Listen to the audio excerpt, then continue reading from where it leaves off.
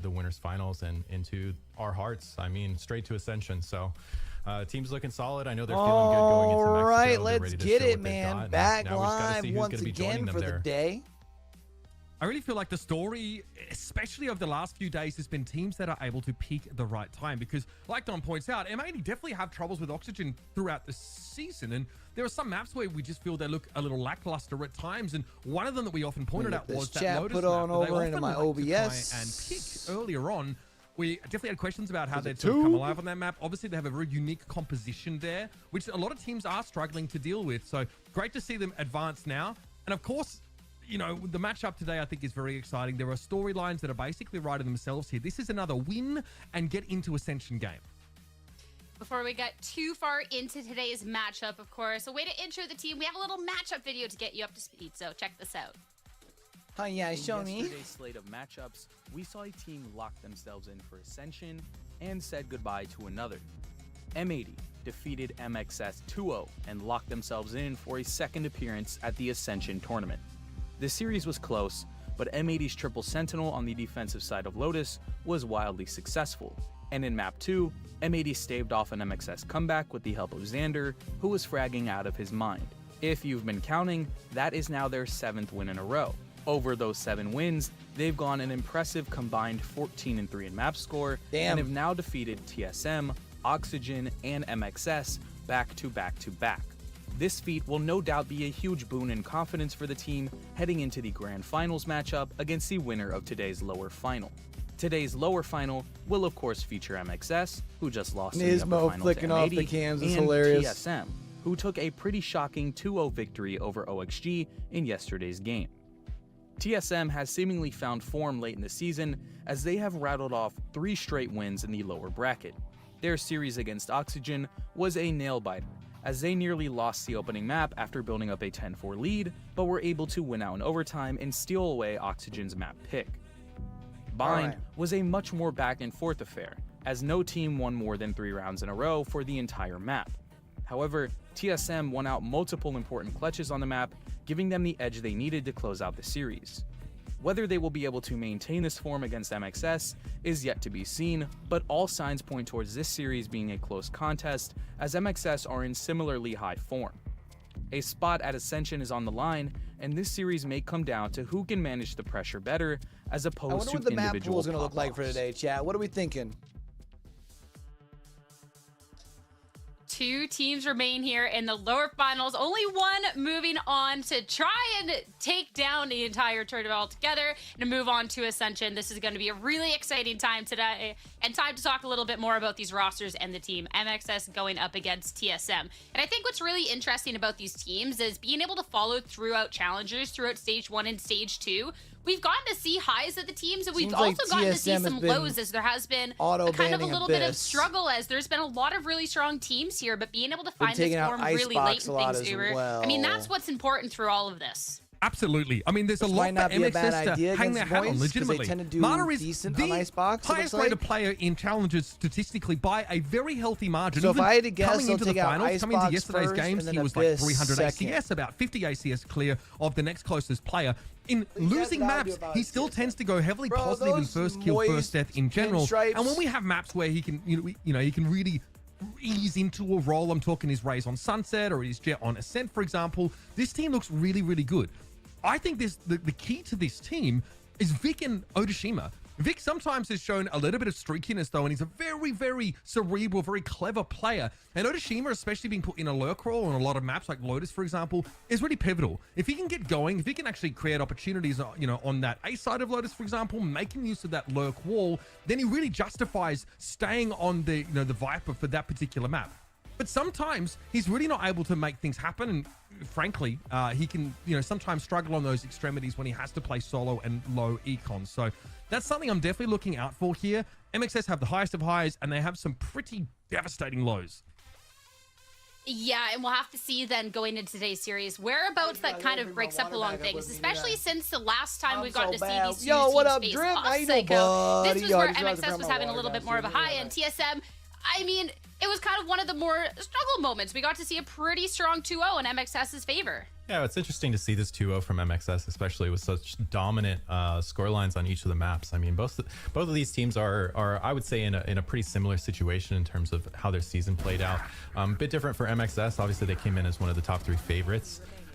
You know, to win challengers and go into Ascension. You know, they looked like a really good team. They had this kind of super team joint venture going between Moist and Shopify, and you know, I think the team kind of struggled at points throughout the season. You know, they definitely took some losses that I don't think that they expected to take, and it's a team who's struggled to get their feet under them. But when they do have their feet under them, and when Mod is firing in all cylinders, the team's cooking well, Odashima's doing well on the extremity. I mean, this is a dangerous team, right? And on the other hand, you have TSM, who, you know, similarly kind of came in, you know, not expecting to be one of the best, but being a middle of the pack team, and they fight a scrappy game, man. I mean, you watch some of these clips from this last TSM match, and it's constantly get a man advantage, lose a man advantage, win the round anyways. I mean, this is a team who aren't playing what I would call perfect Valorant, but they are scraping out the wins match after match. I mean, these guys have the fight in them. They have individuals with a lot of prowess, a lot of skill, and each of these guys can step up at any given moment in any given map and put up a performance that will allow TSM to claim the victory.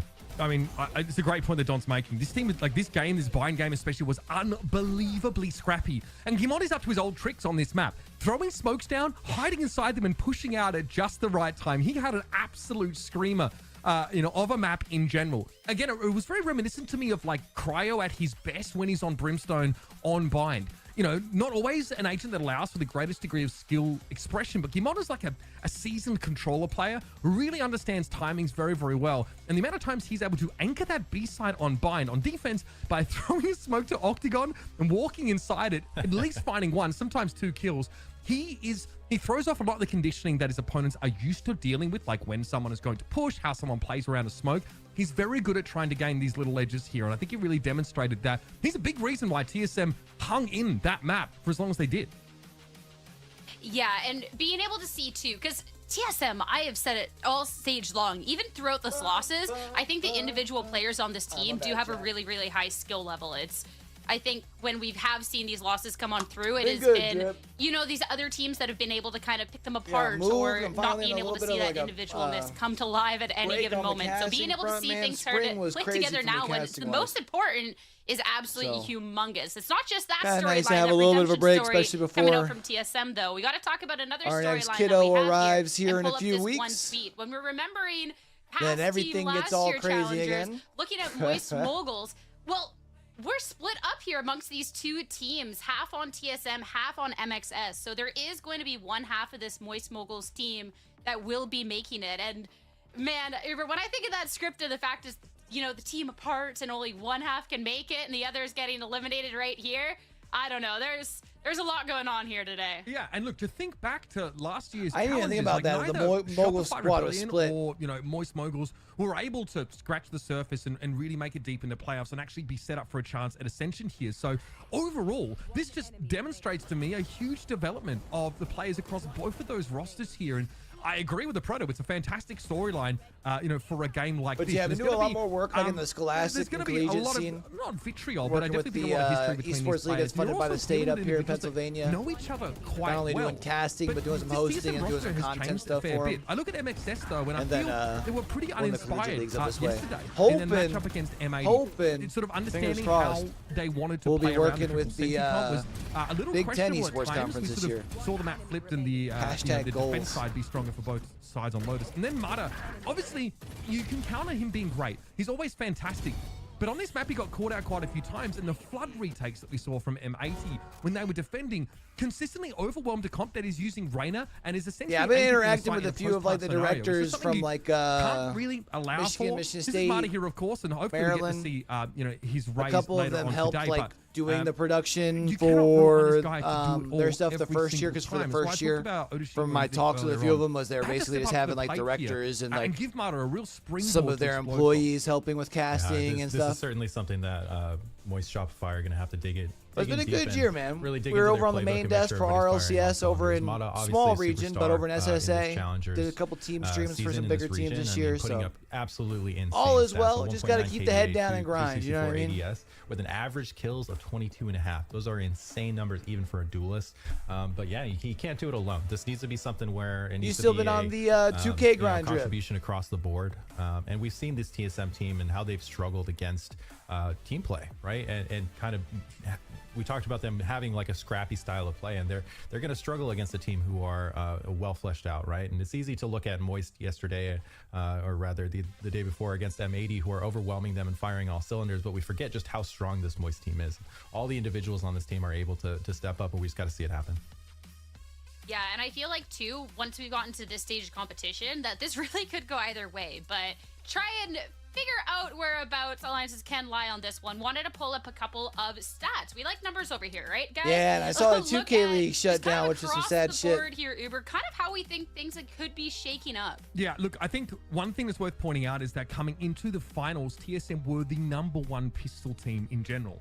Moist x Shopify, the worst pistol team coming into finals out of our sort of top 8 teams, which is ironic considering for most of stage 1, that was where they found most of their success, was off those pistol rounds. You'll notice that TSM actually has quite a few orchestrated trap plays and gimmicks on those pistol rounds to really give them an edge in a lot of these maps. And then you back it up with obviously scrappy play across those gun rounds and a few thrifties here and there, and you cook them with gas. It's the post-plant which is a shame because well and truly there's really nobody like giving 2K any sort of competition, which is probably part of the reason why it's just hasn't progressed a lot of the time. But once they get settled onto a site, once they decide where they're ending, they're normally making a very informed decision about where to set up and usually have the deck stacked in their favor. So that's two very different parts of the game that these two teams excel in respectively.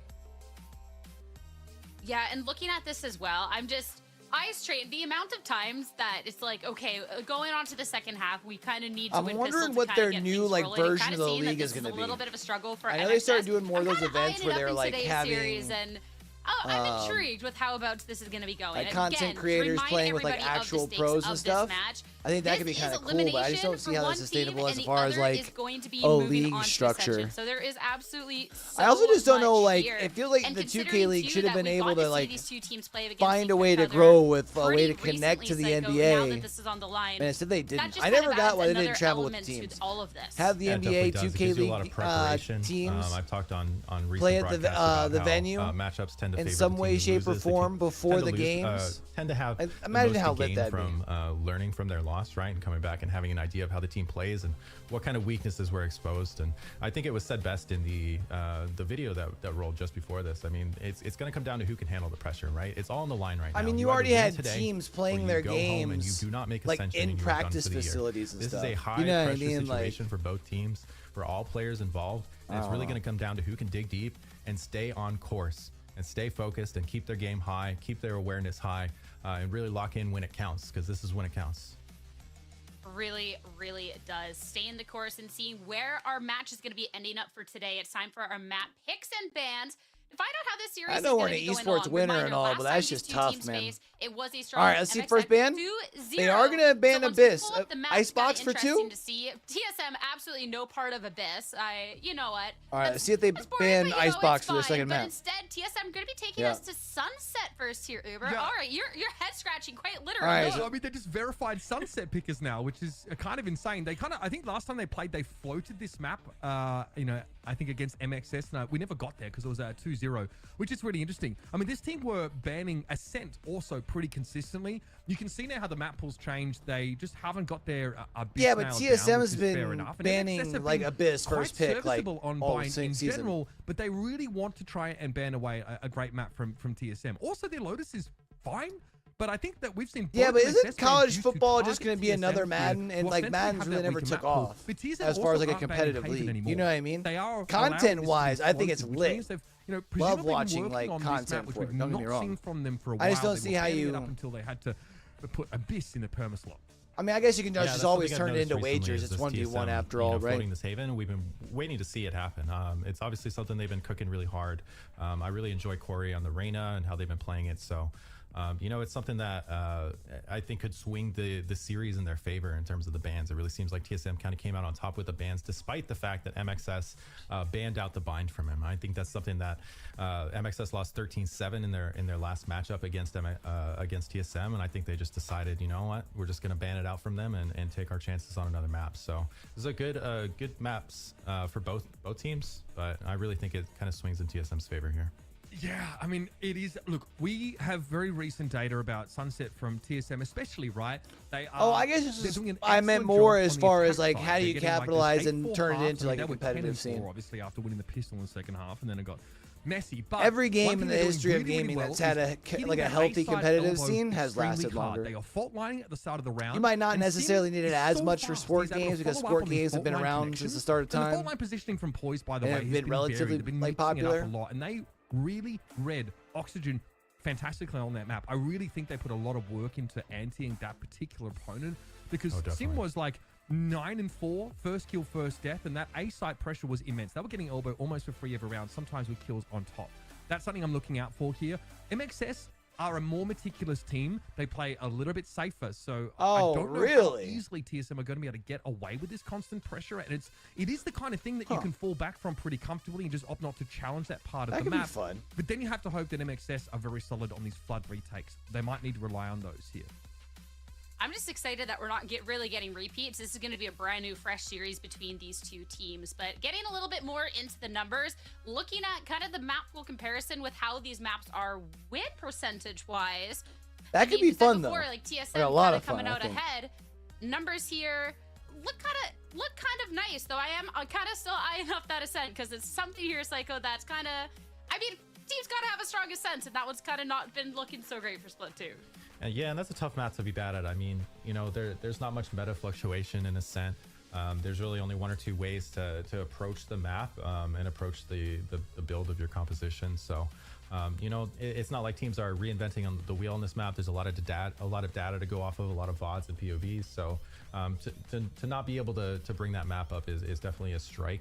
When you're talking map bans and winning the series, right? But I think in this current meta of Valorant, it's definitely something where you're looking to win 2-1, right? I think 2-0 is nice, and obviously if you're the better team, that's always what you're going to be striving for. But I think from the coaching and the preparation, so have you been getting on the NCAA train then? Lock in on map 3. So I think that's something where TSM have set themselves up really nicely to do that here in this series. Yeah, I agree. A lot hinges on Haven. I think that when we get onto a map like Ascent, it's going to be the Martyr show. It's going to be about how TSM's composition can shut down the presence of that Jet. They're also going to be dealing with the deadlock composition from MXS on Ascent, which is very, very powerful right now. So that's something to keep an eye out for. A lot hinges, I think, on that Ascent gameplay. Before we hop into our agent select, of course, do have to be thanking our sponsor, Blacklight. Understand the importance of high-quality equipment, desk, chairs. Make sure gamers can perform at peak performance all times, be comfortable, and you know what? That's key if we're looking at a team to make their way to Ascension, all right? We need peak performance coming out from our teams. You know what they need to do? They need to bring back NBA Street, have a creative player, I'm imagining it and just run it, baby. Competition, not necessarily the most switches, but okay. We're getting double neon across the board here. Let's dive into that. I'm excited. I gotta go turn the oven on face off. This should be great. It's new, right? So normally Martyr has actually placed Raze on this map, and he's fantastic. He's very, very good. Even like every time MXS have played this map, they have lost it, but Martyr is at least +6 first kill, first death against Dad. He was 10-2 first kill, first death on the Raze. So they have the neon here, but unlike TSM, they don't have the breach to pair it up with, right? The trap play potential that the fault line gives you. So I'm curious to see how they leverage it. Ooh, this is going to be a great way to be kicking off our series. Reminder, it's best of 3, but you want to get off on the right foot. This is Ascension on the line. Can TSM show up yet again, or how's it going to happen? Let's find out. Let's head over to Vans and Lemon. Let's get this started. The double neon. I am so ready for this. And is Mata ready for this? Because we've only seen him run this once on Haven and nothing ever since. If anything, I don't know if the fans are ready for this, because this is going to be the matchup between these two teams to see who's going to be the second team going into Ascension in Mexico for the Ascension playoffs. And it's kind of like a Civil War matchup that you have now for the Moist Moguls breakup. And remember, this MXS roster kind of came about when MXM kind of just lost their qualifying games against the Guard last year and just fell short of making through the playoffs as well. So now hopefully from an organizational perspective for MXS, they hope that they make the right decisions here by leaving Sim and a Proto and keeping Fly and Brock. Like they could really just bring back the whole Street series, I feel like. One final battle and a chance to make it here to Mexico. NBA Street, NFL Street. Because now you're coming out with all stops. Didn't they have like a FIFA Street at one point? Versus Neon. But the thing is the Flyers thing as a KO instead of playing a breach like Poise has. So you're going to have to see what the chemistry is going to look like as we have pressure going in towards an A-side push very quick. Yeah, whoever made the right choice about their rosters, whoever makes Ascension. And we heard TSM in the interview yesterday about being excited for this grudge match, and I'm sure Fly is excited about getting that first blood. MXS getting vision in mid is huge as TSM wait for this one way to be gone. And then you could see a Dizzy from 7 maybe being at the ready, but it's also trying to get some camera info from Proto as TSM decide to abandon ship. Yeah, already losing Poise in the first place. It's going to be a little bit harder to try to set up Sim to take a little bit of map control, but you're seeing the differences here of they could still provide great values on both the KO and the breach in terms of their flashes that you could time with the Neon, but also how you could counter against 7's Gecko with the KO knife when the Thrash is going to come out. So keep those in mind as you're going to move along within these rounds. But so far, after losing position of the A side, you can kind of see here that TSM's kind of probing this B side to see if Sim could pop off like he did yesterday to get some openings here so that the rest could follow behind. But if not, this might be a pullback once again. 30 seconds left. And the defense is just going to play out of vision because they can lean on the camera of Otoshima. The trips are placed high, so it's going to be something that Sim has to deal with, and the wingman doesn't get a free plant. TSM thought they had a free sight, Spike down B. but they were wrong. Boy Shopify just bulldozed them and almost get away with a flawless pistol. It's just GMD left. No, I appreciate you, bro. Hey, after the desktop. Drip, appreciate you. You've been a real one since day one, fam. And now good luck at work. Be safe. As well as they talked about on the desk, just to touch upon that. Tuesday, it's a 30% for MXS versus 64 that TSM had going for them. But the thing is that you have to keep in mind as well is that the anti-eco win rate percentage for MXS is 100%. So this is going to be very important going into an MR12, going to first to 13, because you could almost guarantee like a 2-rounder, maybe even a 3-rounder, because MXS has also been very good in the bonus rounds. So we'll see how they're going to convert this right now. They want to add this pressure once again towards the A main, get the information from the KO knife, and realizing that it's open. Look at how the fast rotate is coming in from MXS. They're going to take the mid control. They're going to play passive towards B, but they just want to make sure that they shut down any potential lurks at the very beginning and really just keep TSM at bay. Otoshima got fault line. He's trying to hide in the smoke and quick turn and burn on Sim. TSM take over the site. Also are aware that just because they don't see MXS doesn't mean they're not there. TSM. Landing shots, the smoke's clear. Proto loses mid control. That means market is open. TSM, though, already planted. They can play from main and just peek out of the boxes, play off contact and sound cues. My gosh. We just talked about an 100% win rate on anti-ecos going in for MXS and are about to lose here this second round on the eco from TSM. Okay. Brock at least trying to even up those numbers. Time is running out, and Moist are not wanting to shoot through the smoke, and it's a flash, and Sim pops on the other side, punished. And we needed to see a team really be able to slow down Sim because he was relentless yesterday, and time will run out. People dying to Spike, but like you said, TSM with the anti-eco. By the way, and chat, that has been the story of even the asshole. games of TSM yesterday versus OXG. Make sure y'all check out the homie that Drip. went through of what Uber and White were casting yesterday. Thrifties after thrifties on like both be ends. doing some, when it comes down to NCAA trying to get openers. The last time on the pistol round that we just saw in this matchup right here, they didn't have Poise's utility to follow behind for Sim to be able to get that opener. But potentially here on the replay, you see that Sim's adding a second kill by picking up the Bulldog. But the first one was the important one where he got the shot into News and gets the opener to allow TSM to really flood into the site. So TSM so far, they are continuing to thrive just the way that they did from yesterday. And now you see the Guardian that was saved on the previous round. They're trying to get value out of it to fight towards B main, and it's already been denied and pushed back. Look at the HP of Vic. He's going to have to leave that behind for somebody else. And this is a different defense setup from Moist to just put up a smoke right away. They can't lean on the Cypher trip and hoping to delay TSM. They've dealt with the Cypher util quite swiftly, and once TSM are set up, Moist Shopify don't know how to dislodge them when they play from B main. So I don't blame TSM for trying out this B site once again, but maybe it's too obvious, and now they're noticing the adaptations from Moist. TSM gonna try and cross from mid. They'll go 1-for-1, but now that there's no smoke separating these two teams, it's coming down to these gun duels that, well, Moist end up in a 3v3. A lot of value given there. The Guardian left behind from Vic onto Brock to get that pick. Sims trying to re-clear towards middle. Does catch All right, Vic. this could be a big so round Vic for will not be able TSM. to upgrade into a weapon, so they still only have the Guardian to fight with. And on top themselves of that, a I mean, lead a here. Sheriff is good enough Although, too for Otoshima. Moist will have enough to be able to should be able to full buy. But finally, we'll have an open site for MXS, or sorry, for TSM to be able to plant. Pretty safe plan for TSM, just kind of bringing Moist Shopify out to mid and just out-dueling them with the better rifles. Now that TSM got to actually brawl them, kind of was back and forth, but now it's a 2v1. Brock on his way, Recon 2 shock bolts. Scanning Nothing ahead. in market. Be able to scan the right side. And you're expecting TSM to play at B main like they have before. Shockbolts are trying to flush out Sim from this position. Spike forces out of paranoia.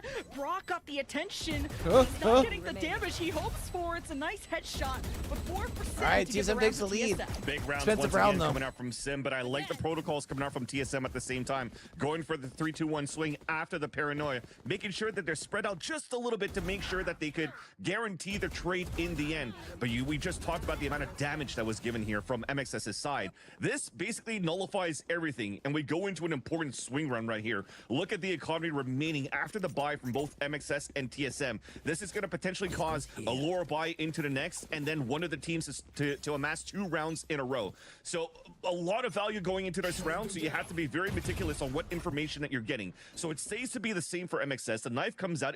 It's being avoided everywhere by TSM, so they're still able to get a heavy mid control with these 3 players walking up. Moist with those 2 smokes go for the one way usually on A, but now block off mid when it didn't go the way of MXS last time. Now that that is free, TSM are making noise and MXS are trying to cut them off. They have a crossfire set up top of mid here. I don't know if TSM want to test those waters. They really just wait for MXS to peek. And Sim is on fire once again. Hunter's Fury, now that Brock has information that TSM are mid, to just pressure them back and go back to their default defensive setup. That's a little bit antsy there from Mata. I mean, he hasn't played a Neon in the past 90 days, only played it once on Haven so far, and you could see him walking a little bit ahead of the Owl Drone and trying to get a pick. And the Owl Drone hasn't seen anything yet. There's 3 players waiting there towards tiles. A perfect punishment for TSM to start. No opportunities for Brock to follow behind with the Hunter's Fury because it was still in the drone. So this gives an opportunity now for TSM to really take a site, unless these anchors could do something here for MXS. 30 seconds left. Thrash, fault line, splashes galore. Brock is detained on the other side of smoke, and who's on the hunt? It's Sim, just hoping to spray and pray through the smoke. And even if you don't get the kill off the Thrash, if you can get site control, you could recover that Thrash. Either way, the spike is planted, and TSM, they can just lay back. They're hoping to maybe catch MXS peeking through the site. TSM has had just pre-aim advantage, and Sim gets away with another one. And that's a huge kill because that's all of the utility of Flyer down, and he still had Molly 2 flashes, and that was desperately needed for the retake. But look at the pinch coming through from mid in the back of Boba. There's an opportunity where MXS will not come out alive after this post plant. It's an opportunity for GME. You may be discovered by the recon. Your and legs, just come gets on, to be able to overwhelmed at by least the get 2. one. And TSM, once they plant B, we just haven't seen MXS get a successful retake unless it comes down to just the blood, sweat, and tears in these 1v1s. So this was a big round, you said, for the economy vans, and we'll see how much momentum this can carry for TSM. Yeah, and GMD has been stellar yesterday in the games, and you were hoping for him to get 1 or 2 more here to really break that econ coming down from MXS. But both of those weapons stays alive here. Brock and Otoshima keeping it into this round. So there's a potential mixed buy going through with it. They want to force it through to make sure that the economy stays the same. So there's still some decent firepower coming out from MXS. You have 2 Guardians and a Bulldog. You're still kind of far away from ults though, and you don't really have positionings or an opportunity to really take orb control at the very beginning here, except for the A side. If they knife this again, But this time, Fly decides to hold on to it. I wonder if GMD knows they have a stronger buy and you get your ult, would you want to go for a teleport play at the back of spawn? That's wondering what kind of tone TSM want to set out the gates. They're a team that get confidence over time and through many successful rounds, so the usual one-way smoke there placed by Vic. TSM like to wait it out, but with that, it was a more delayed knife this time from Fly, or maybe one that he got back, and that's great info to know that TSM are all posted up here. That's right. It got information on 3 players, and TSM are going back to that mid-control, the 3 players up on tiles. I found it very interesting, though, that they didn't try to punish into the A orb when the knife wasn't thrown in the very beginning, because you kind of already had Poise there with the fault line and kind of ready to go. But TSM just wants to let MXS work the map, take the orbs, and now go for a late hit towards the B site, where once again, MXS are going to play the retake. MXS keep leaving mid open. TSM have options. They close the door behind them, but they won't have GMD for any paranoia plays. 2 flashes from Poise. They'll use one. MXS now are scrapping through the top of sight, and Brock continues to be the person to carry MXS. He's in the double digits already, only after 4 rounds, and this could propel MXS to another one. 3K for Brock. Yeah, it turns out to be a good play in the end. I thought they were going to have to play the retake, but until they got that pick down towards middle, that enabled Brock to just stay tucked into his corner in the back of the B side and just hold that crossfire, because everybody's kind of focused on, oh, is Mata going to break the door? Is he going to come from behind? Brock gets 2 surprising kills out on the side of the staircase, and it really threw TSM for a loop. So a great opportunity there, a great hold coming in towards the end from MXS, and they stay alive in this match. They're able to upgrade weapons on top of that with the amount of kills that they've gotten, so they don't have to spend too much into this round and are back into a healthy buy. TSM still in another healthy buy though this time around, and they'd keep working towards this A side at the very beginning. Now I wonder if it's just like doing it on purpose, if they want to get hit by this knife, so they could really try to spread the defensive thin right after. TSM, they try to retaliate against that knife. Against finally that orb being tapped by Mata. He's gotten it free so many times that you fall in a great chance for Poise and friends of TSM to get a punish, but they have been pinged. MXS no. TSM haven't taken full control of Elbow yet. And TSM lost a lot of bodies to get that orb, but it does give Sim overdrive. And I wonder, could this be a way that TSM take back control of the site now that the neural death pings are gone there from Otoshima? TSM make it look like they're pivoting out, and Mata confirms A site is still a hit. And he's alone towards the site, and potentially Brock might be walking out solo too towards shops. It's a jump spot, so might play it safe this time around. And then finally he's going to meet up towards the back of the site. So they still have an opportunity to set up a crossfire towards the back of the site here for MXS. Fault line, 2 flashes from Poised. Knowing there's 2 on the site at least. And Mata just holds the angle and waits for TSM to go in, and it's just another day at the office for MXS. And that's the thing, when TSM is playing under the chaos, they thrive through it. But once things and the actions slow down and you kind of have to like work the map meticulously, they kind of get caught in these various moments where they get shot on the side, 1 player falls, there's no opportunities for a trade, and they need to fix that a little bit better, which is potentially why Faded is calling this timeout at the very beginning, very early in this first map.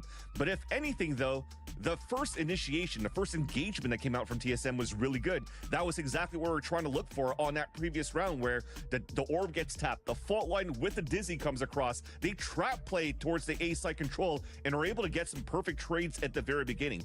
But Vic did a great job counteracting with the paranoia and just slowed things down here. And again, MXS thriving into these slower type of rounds when the tempo finally stops. So we'll have to see here if TSM could pull back now after the timeout, if they could be a little bit more organized in terms of that synergy when they're trying to scale the map without by playing contact rather.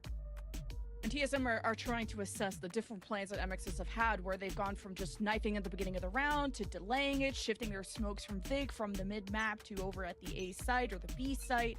And TSM are coming up with punishing power. We've pointed out Poise is util. Now, he doesn't have kills, but he has a very good duelist in Sim, one that's much more comfortable on the Neon. But Mata's realizing if he could just slow things down to hold an angle, he's more likely to get picks than not these days. So Mata just, patience will pay off.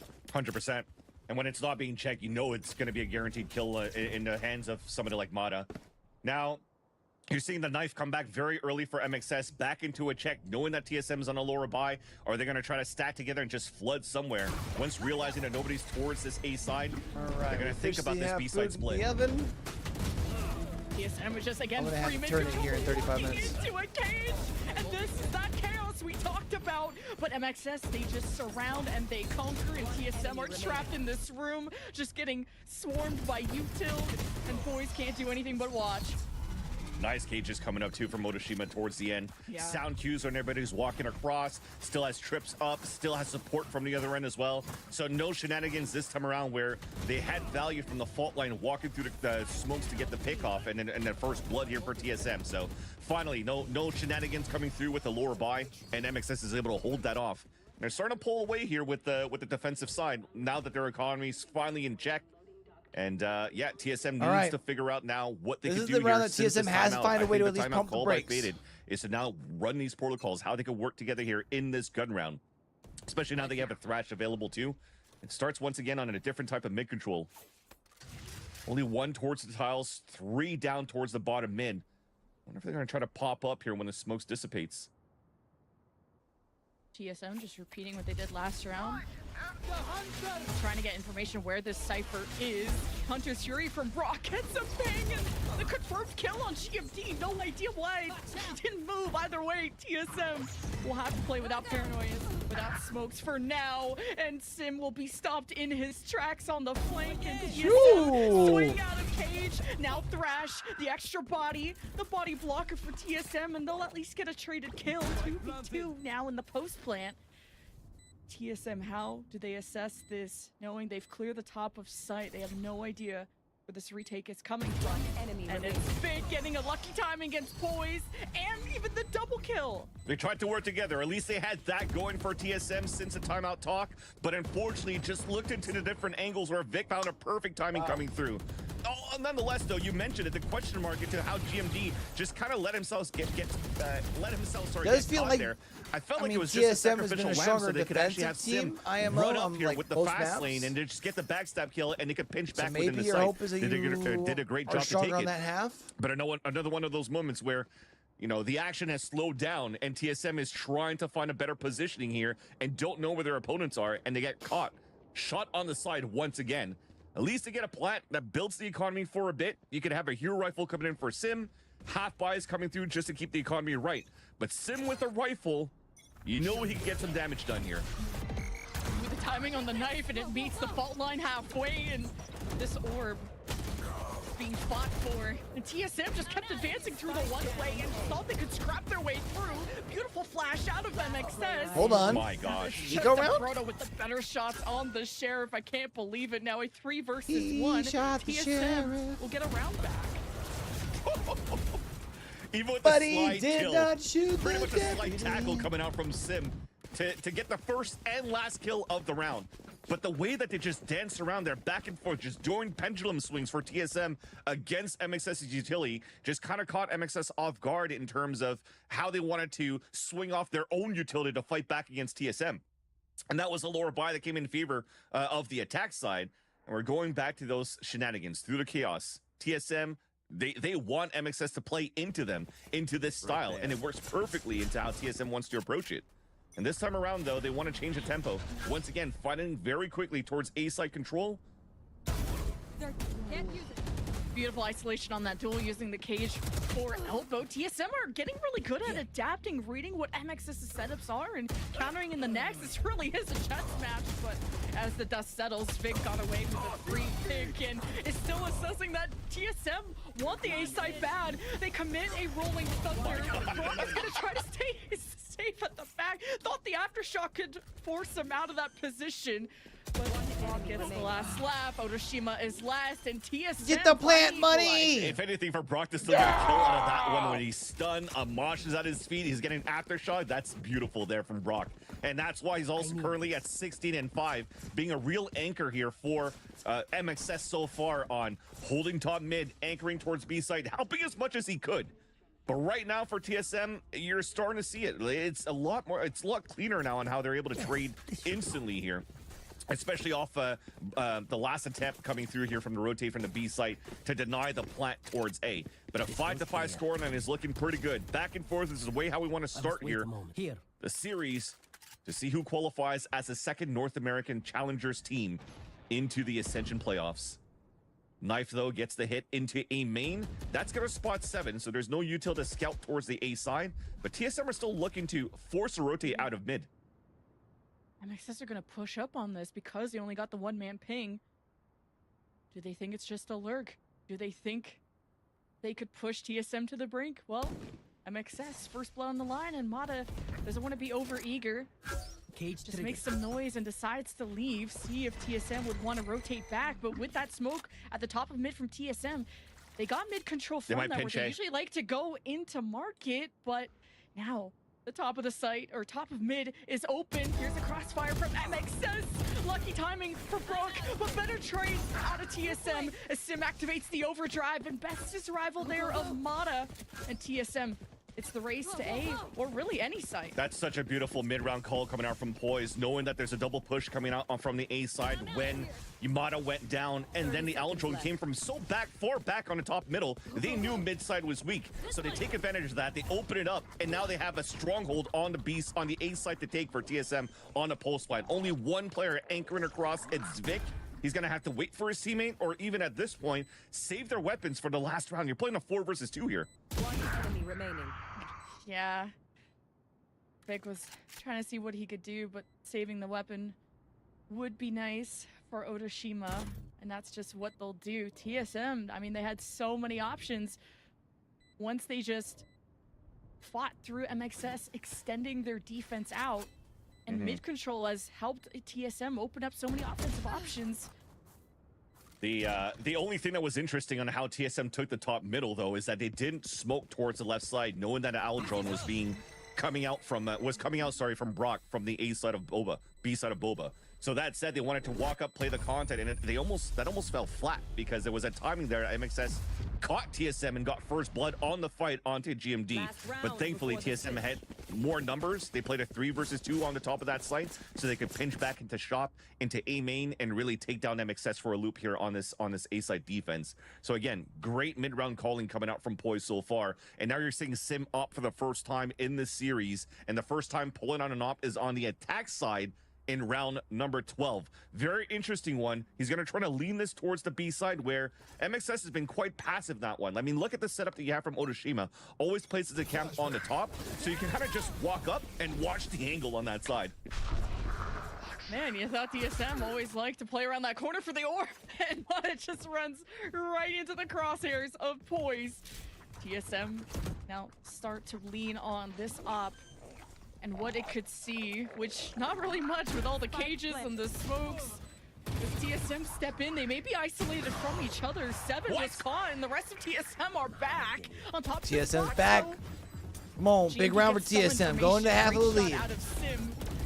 Now with that neural theft advantage for Otoshima, MXS, no, they could push them, but Poise just holds his position, takes 2 down with them. MXS still have to defuse, and they get completely run over. Then null command coming out there from Flya is, who cares? TSM could just fight with their weapons and swing the way that they did to get that last pick. And again, how did Sim get that kill with an operator through the smoke? There's something in the water of how TSM has been playing since yesterday, from how Mata is getting killed through smokes, inside the smokes, Sim's getting kills through smokes against Oxygen, and this time gets an op kill into the B main, and then allows here TSM to close out the half 7-5 when it was a rough start at the very beginning with them losing the pistol, but they were able to fight back right after to get the eco. And now MXS, they're gonna have to try to fight back here. Mana coming out for the first time as this Neon, 3, 8, and 6. Not getting the best value so far on the defensive side, but he definitely has a chance to activate now, as all of MXS are trying to lean towards a heavy B hit and a late lurk on mid from Otoshima. Both these teams have been so streaky. TSM started with the lead, then back to MXS, now back to TSM, but only by 2. This pistol round is important for MXS.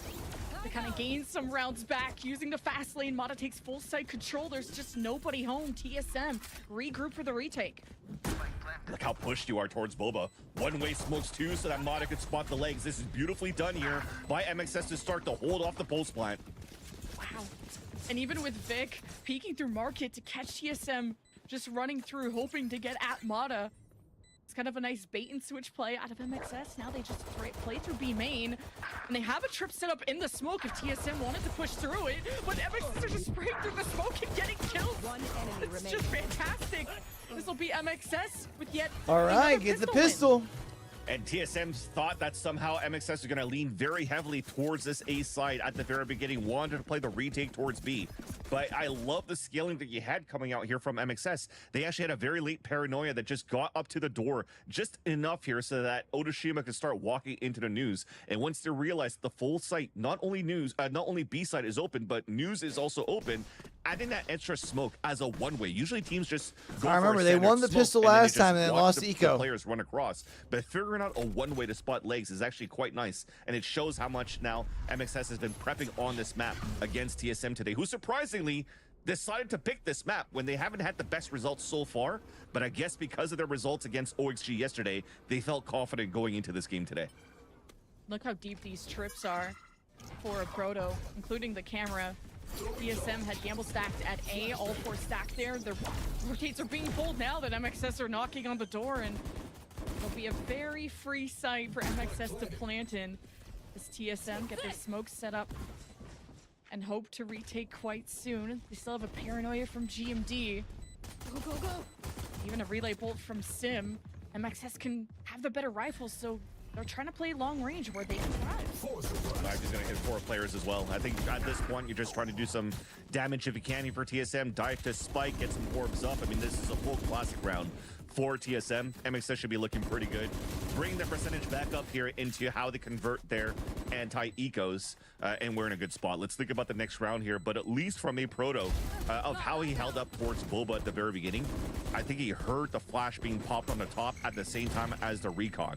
So for him playing all the way back towards Pillar or to play in the back of the staircase could be very difficult for him to try to break a recon dart going into that one when he's going to eat a flash and he's probably going to get pinged. So he's probably going to have to reassess how he wants to play his defensive side too, and seeing how MXS so far has been popping very quickly and aggressively towards his B-side hits. So first gun round for TSM, and the fact they weren't able to deny any of these half buys from MXS, they're gonna have a pretty healthy bonus, and see how that works with these SMGs. Of course, you'd want to. All right, we're sitting down, chat. I can't want to have close contact the whole as much day as possible. So Proto's gonna. We're adjust definitely these standing back up at some point, trips, but one for market and one halfway into B, not at the front door. So MXS may have a sense of security, especially with no smokes in their way. Yeah. He's just probably going to try to play into a smoke if it's thrown towards Boba, if not his own cage with camera. Now relay bolt almost didn't check that corner. Caught a Proto. Great first blood out of Mata.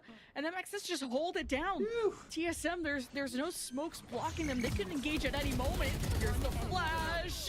And TSM just walk into Mata. It's feast or famine, and man, Mata's eating good. And that's something that TSM has to be aware of too. Usually you're playing against a Raze. They can't tempo as quickly going in the back of Boba as a Neon could. And it felt like it kind of caught Poise off guard, and it was miscommunication on Poise trying to watch after a Proto's body when their Proto's inside the camera. Because Poise gets, a Proto gets picked off, Poise is trying to go for a trade, and already everybody's skills be hacked from behind from MXS, and it just drops everybody down here from TSM. So they now have to try to figure out how Mata is really pathing around this B site and go against that. There's that one piece, and also the KO knife that's being thrown by Fly in these post plants really doesn't allow for TSM to flood back with util. So I looking back at it, despite not seeing the fragging department being as high for Mata and Flya, the utility and the idea behind it and how they want to approach the site and play the post plans are actually quite nice here for MXS. It's good to point out that now, after this timeout, TSM don't have any more. MXS haven't used a single timeout. That's just, I guess, how confident or how comfortable they are that they can just take this round by round, adapt to what TSM are throwing at them. And I mean, MXS has also never been like initiators and challengers, a bunch down or in a big like sway, right? It makes sense too, because this is a new comp kind of that MXS comes out with, right? Even though it's just a Neon versus a Raze, it still changes the play style quite a bit, where TSM has to adjust to that on the fly. So 2 timeouts, calls on the fly, and then MXS, they're the ones that are coming out with a bag of surprises, so they are in control of the driver's seat so far. Flash into elbow, Mata racing in right into a fault line. Can't even see, but at least you still have two legs to stand on. TSM weren't holding corners at A to punish anything from that breach util that by Poise. It was just a delay. So it forces MXS now to flood into mid, where TSM holding more of the perimeter, and we're pulling rotates towards A. TSM were stacked on that side, so a lot of pressure on a Proto who's in a one-and-done spot. He'll go 1-for-1. It's better than nothing, especially with the Sheriff. But MXS know they have a buy advantage with that, so a plan will ensue in a second. Now knowing that Dizzy got thrown for market, they'll keep their eyes peeled for that and even smoke it off even better. And you see how Poise is all the way back towards middle, so not having a second flash to go with the Dizzy doesn't get too much value here, and it just kind of keeps CSM pinned towards News. Again, this is a lower buy, you're trying to flood in after, but you're not chaining util to really take down your opponents. MXS should be in a good spot here for the post plan. Oh, MXS are just spraying through the smoke. Now the No! shot will force them Okay, out of Brock. cover, and Brock, I'm gonna need a PC check on that one. He is just hitting every shot through smokes. This has been kind of deja vu from TSM doing the exact same thing, and MXS get away with it.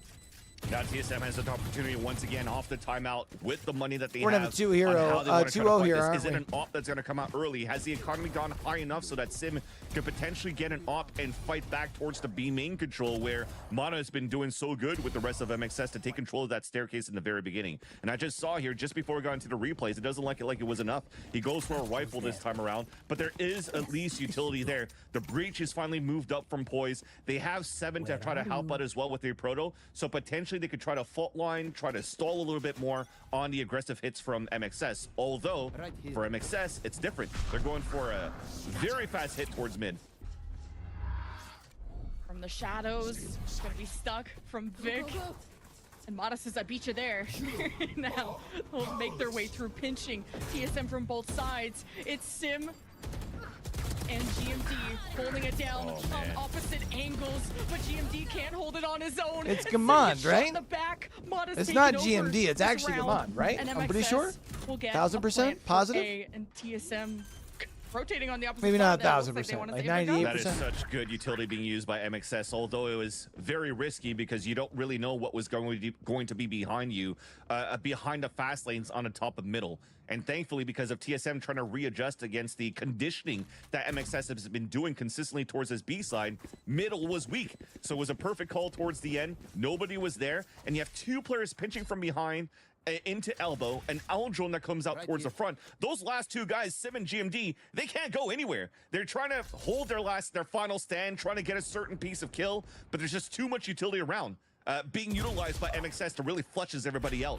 And MXS are in full control now of their attack half as well of this map. And it definitely looks like there was some tape here on what they saw from TSM against OXG, which is why you're seeing this slight change coming through in the comp, and basically really anti-stranding TSM at this point. And while we were waiting for the spike to go off, TSM also denied 2 guns out of MXS. Just any kind of scratch into this economy would be nice, because it's been a flawless offensive half for MXS. They haven't lost 5 in a row, even post timeout for TSM. And now you don't have any more breaks on this pain train. Why are you MXS picking shooting Sunset bodies. here? They know they're Is the what I better want to team. know. That's why they're not taking timeouts.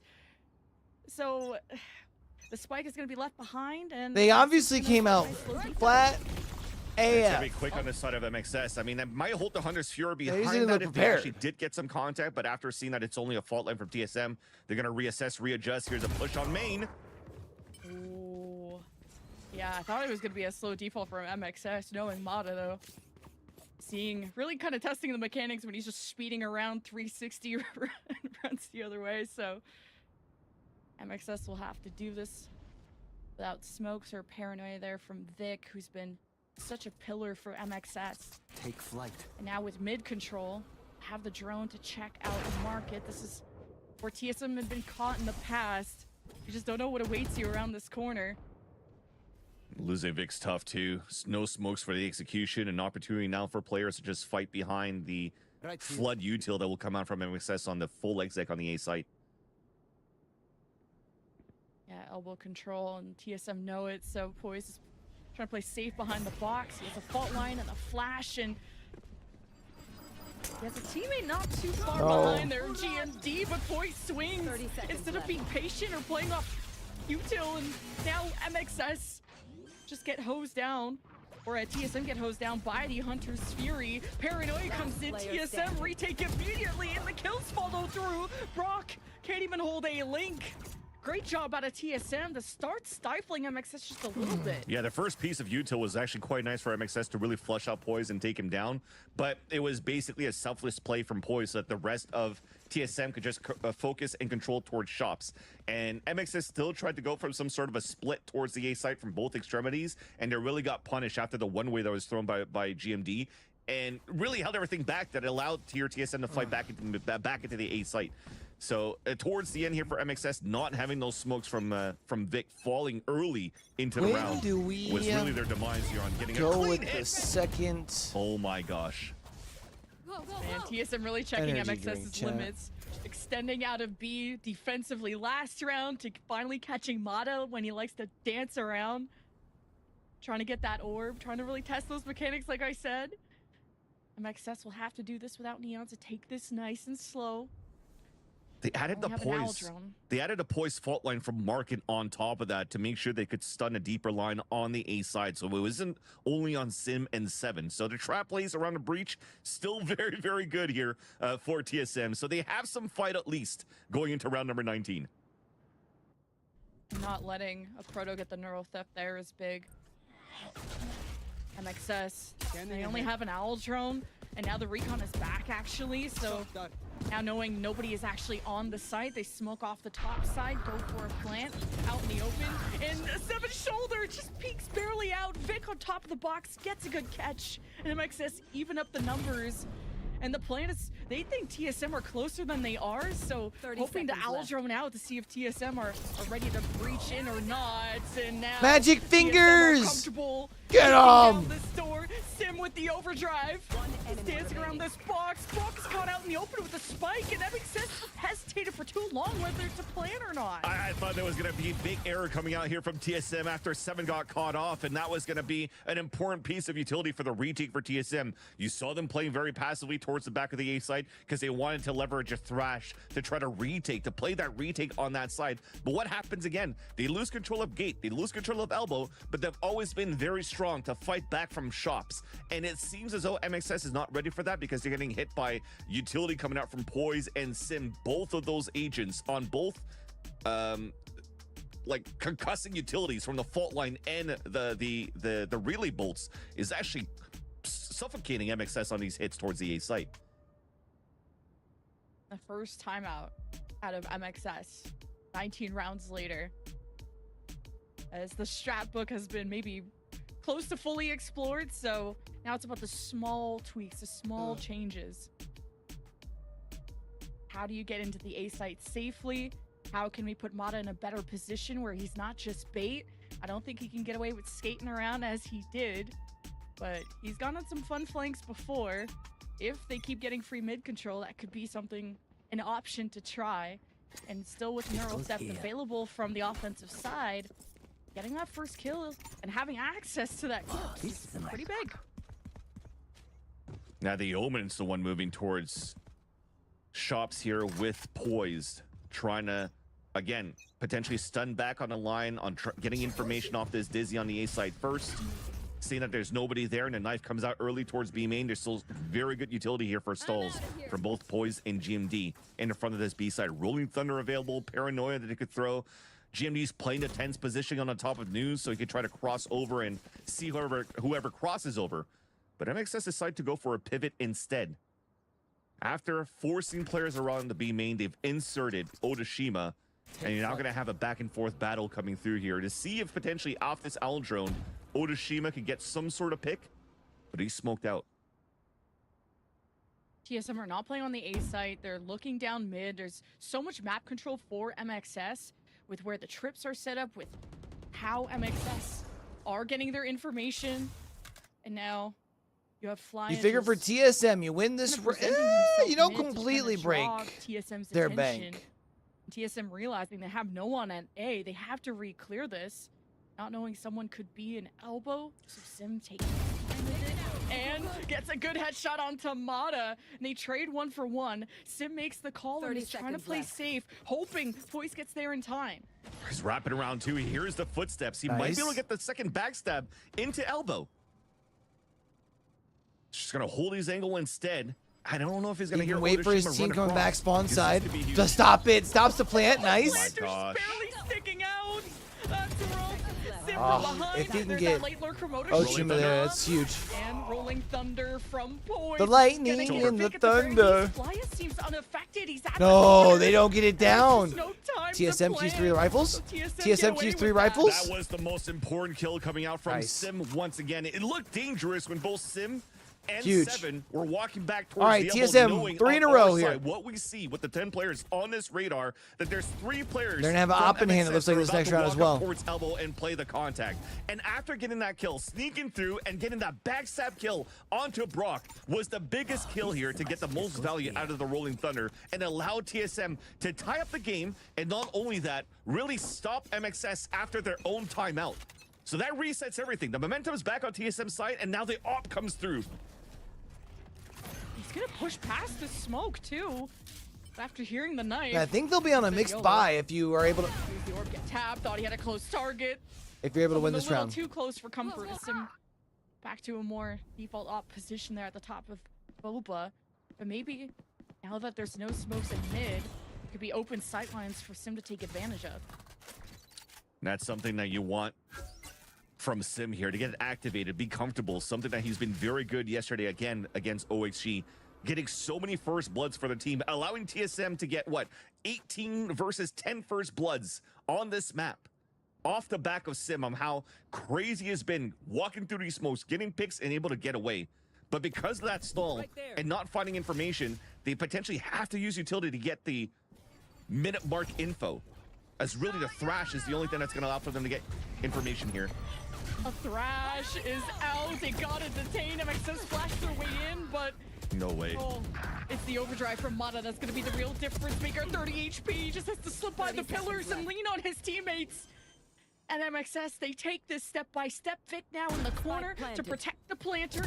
Even the cage on top, but Flya pushes through, and at least Vic gets the trade. And that's all MXS needed to work towards. This will get them the lead on a map that MXS have never won on this stage. Yeah, and look at the HP that remains for MXS after winning this round here. Sim's trying to do a little bit of econ damage by staying a little bit further back, but everything was really there for TSM to be able to hold back the B-bait push in the very beginning. When the Thrash came through, it actually detained somebody. All right. We had the fault line coming out to try to stun a little bit more, and that kill onto A really Mata clean should round have happened. for I don't know. I Moist. think it was a Proto that was fighting against him into main, and he should have won that one. And somehow, no, it was 7 because he actually gooped Mata and somehow couldn't win the fight against Mata, just throwing out the finger guns and still getting the kill fully blinded towards the end. And that really started crumbling the defensive side of TSM here over on the B side. And it gives a chance here for MXS to finally reset things around back in their favor on their attack side, where the gun round still continues out for TSM. No op, but at least they had the rifle, and they still want to play with the aggression as soon as they avoid the KO knife. MXS holding their ground, seeing if TSM are going to want to play a more forward defense, one that peeks through B main. They've done this before without util. They just get mowed down. TSM down 2. This is now a very weakened open site that MXS can play and take advantage of. And with the null command, there's no retaliation for TSM in that moment. It's going to be dangerous if you want to go for this one. I think it's safer. I mean, you have some money to work with, but these rifles will be important for the next round. Yet TSM wants to continue to go for it. Here's a tap on that spike. It's just now bullet hell coming through the smoke. TSM, it's not even they can fire back. MXS are in cover, maybe not so safe. Spike gets tapped, the smoke is gone. They're forced to engage. Oh, Could this be MXS going for can't that find one. point? Just a few more seconds to kill. Killing the diffuser secures the round for MXS. Ooh, towards the end, it almost looked like it was doable there for TSM, but if not, some beautiful calling being done by Otoshima at the very beginning of that round. Just because they've had, you're looking back at the state of this half of how MXS has consistently been running towards this B main with the KO knife and then getting a couple of rounds. Then TSM, out of their timeout, want to fight back. They push back towards B main a couple of rounds ago and get successful kills. This time around, they want to continue to press forward because if it ain't broke, don't fix it. They played a high low at the very beginning. beginning, but then what does MXS do? They have their own high-low, triple high-low on the staircase to punish both players peeking out. And now they have to fight back for TSM, try to force the overtime in a lower buy. The fault line trap play from TSM. Try and catch MXS roaming in mid a little too comfortably. And Vic, Flash Up still gets a kill from that, which is incredible. And Mata just comes up from behind. Has TSM watching their back. TSM have 2 stacked at B to hopefully prevent the plant from even happening. This GMD doesn't want to go on too deep of a flank either, but he'll take his time. MXS have really slowed things down. Mata's gonna go in and has friends and Brock. I think 20 plus kills now. Best Sim. It's really been a duel of Sim versus Brock, former teammates. And MXS with a plant 1 round away from securing the map, but not before a Proto. All right, TSM, make things interesting, boys. We'll get another one back. A Proto does not want to go down yet. Yes, we're talking about how good Brock and Sim have been in terms of opening kills, swing rounds, but when it comes down to these clutch moments, when a Proto has been forced to anchor into the B side alone with shares, when it's forced to retake the site in a disadvantaged position, he still is able to convert so many kills now to keep it alive here for TSM. And it was such an important fight to win, not only because they would have lost the round, but in the map, but at this point, to still keep 2 players alive and for him to do most of that work. Look at how healthy the buy will be going into this last round of regulation. Only Poise has a Bulldog right now, but they still have 4 rifles to work with. And look at them, 4 of them leading out towards this B site at the very beginning and playing. I thought they were going to play anti-KO utility at this point, because I see a Proto already rotating out towards the A side, and that's just to place a camera towards Pawn Shop. There's that pass lane to help MXS slide into the plant position. Sim hiding through the cage, waits for his moment to engage. Does he want to make that heroic play? And he's got a team behind him. Magic fingers! Sim! Popped, and TSM looking for the forcing an overtime? Oh, no, baby! Only 1, and we're tied 12-12. We're going into the extra innings to kick off the series of who's going to make it into the Ascension tournament between MXS and TSM, and it comes down once again to Sim popping off and keeping the team together for TSM in the hectic and chaotic moments. I don't know how much we could prop this guy up here for Sim, but he's been a player that's been grinding in the tier 2 scene for the longest time, has been part of the original roster as well for Moist Moguls, and got dropped as well going into multiple roster shuffles of that previous roster, and now has found a home with Sim, playing it back with TSM, finding the organization under TSM after not being represented by a banner in a year in Challengers, and now comes back with a vengeance, and now is trying to push TSM into their first map victory against MXS by pushing this into the first round of overtime. Only a trip stands in TSM's way into B. Mid control for a Proto 2 with the camera set up. MXS are going to extend out of A, and they'll fight for the right side of the map. Now TSM have Wingman on the flank. TSM with a quick take, and Sim can't adjust his aim through the slide against Brock. He's at 20 plus kills like we said. He is a pillar to this defense. And MXS hold at the top. Ready for the flash play of Flya, and they're gonna go through Market instead. Who's to cut them off? It's a Proto, but he's already been bested by Mata. Now multiple angles being taken from MXS.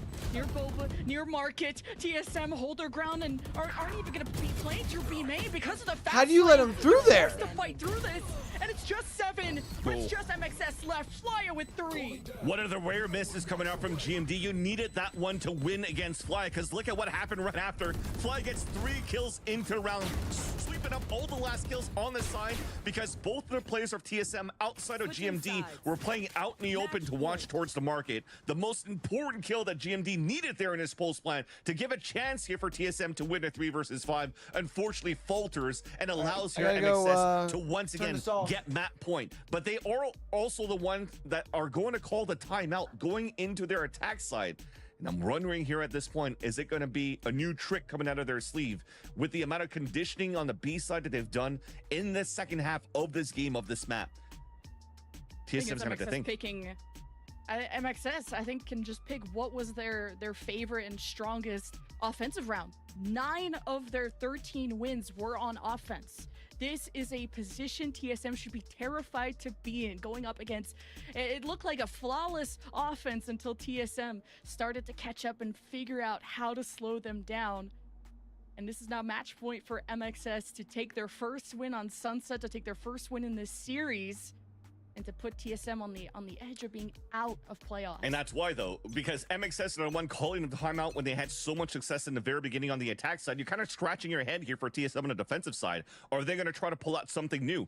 Are they going to try to condition towards the B side again and just continuously hit towards this B side? Or will they try to go for some sort of split here? And if you're looking at it now, as we're back inside the server, it definitely looks like some sort of a default that they have by keeping the spike back into the spawn, by having players potentially still conditioned towards this B main, but you have Vic holding back towards A side first.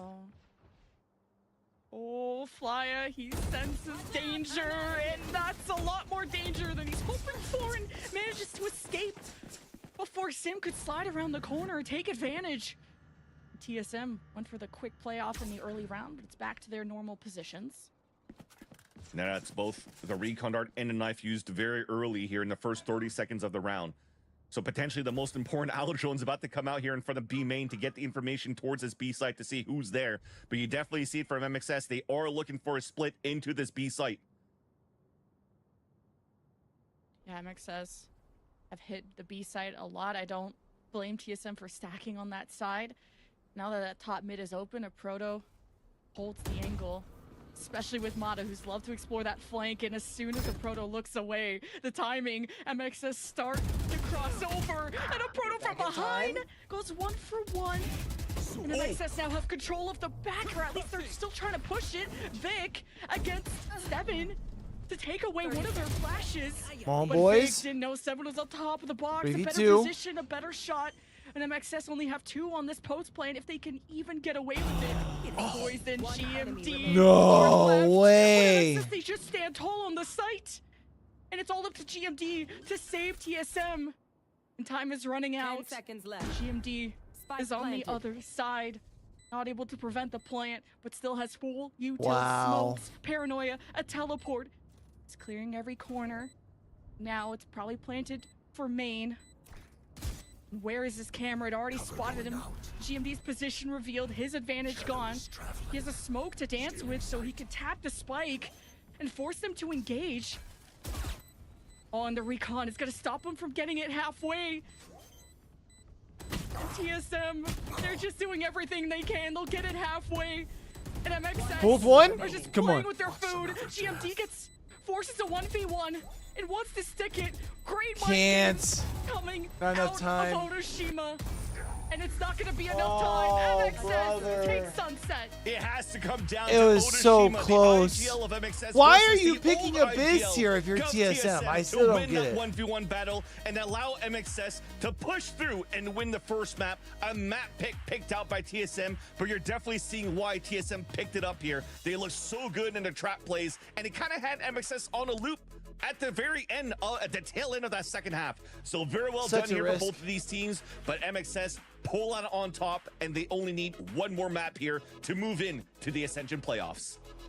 And that was TSM's map pick. It was so back and forth. We had so many lead changes. And of course, it's very TSM-like to force in overtime and fall over their shoelaces. It came down to a 1v1 and all about that chess match. But it is now series point for Moist Shopify, and their choice of map is up next. We're going to Ascent, and we'll see who goes to Ascension or not after this break.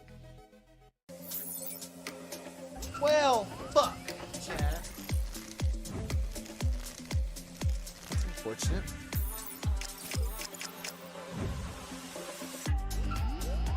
I don't hate Moist going to Ascension, by the way. I just would really like to see TSM go.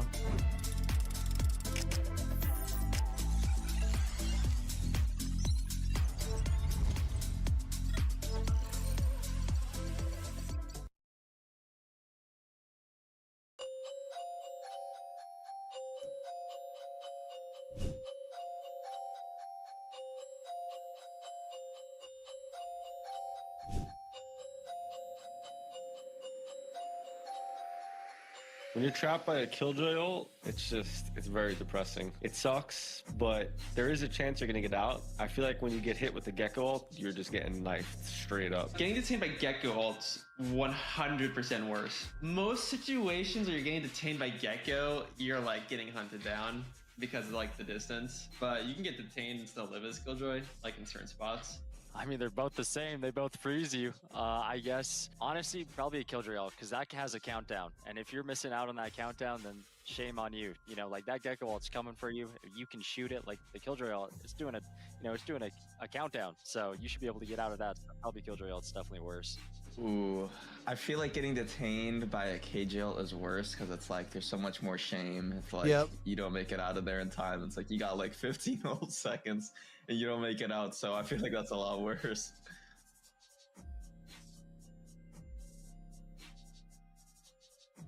If I got killed by a raised boombot, I would be pretty upset. I'm not gonna lie. If I got shock darted, it's like, all right, whatever, man. You got some skill, you know. I know I've died a couple times to Hiko back in the day and some double shocks on Ascent, so I'm hardened by that. But a raised boombot, I think I've only died once in my life to that, and it was in the beta, jumping off split rafters as a troll. So I do not want to die to a raised boombot. I don't even know. This one's really rough. I have PTSD because on my old teams we used to 1v1 with so much shock darts. And we'd trash talk each other. So then for me it would be the Roomba because I don't want to deal with that. Like my teammates like. The Roomba's worse, definitely, right? So, it has to be. For me it would be the Roomba. Okay, I think getting killed by a shock dart is worse because I feel like the boombots are like pretty accidental, but like getting killed by a shock dart is 95% of the time, like they're styling on you, you know, like they're hitting you with some tech. Like sometimes Sovas be shooting those things. Like, the fuck was that audio? Especially if you have like low HP. Like with the Roomba, you can like I've had moments where I just do like an Omega Lol moment and just don't see the Roomba and I just solo die and it's like wow. I think it's worse getting killed by shock dart. I think when you die to like a Roomba, it's like niche, doesn't really happen often. Like it is what it is. But getting shock darted is probably one of like Valorant's low-key like more annoying things because you just like you get hit with a 75 shock dart, like your round's like kind of over. I mean it's not over, but you don't really get the face like you would want before. So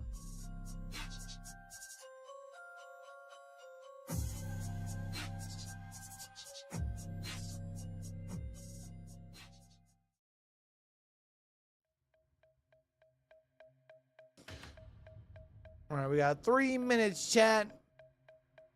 3 minutes.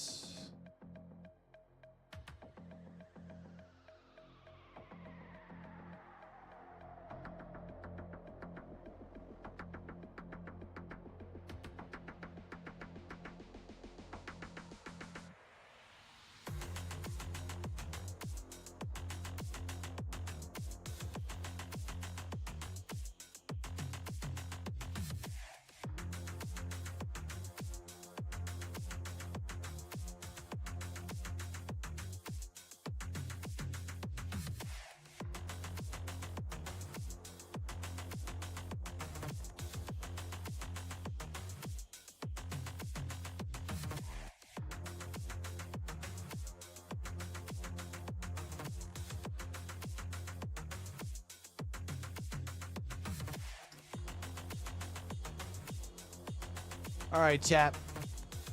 What do we think? Does this go to a third? I feel like TSM needed to win that first map so bad.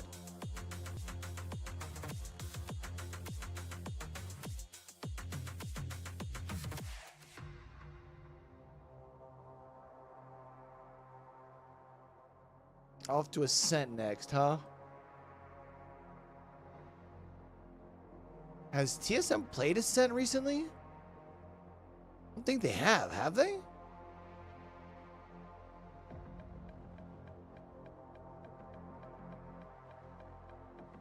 Weren't they banning Ascent for a while?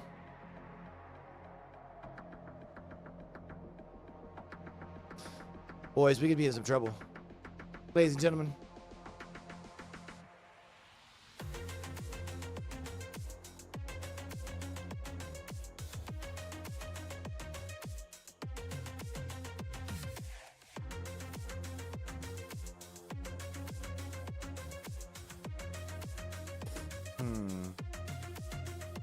Yeah, we could actually have us some real trouble.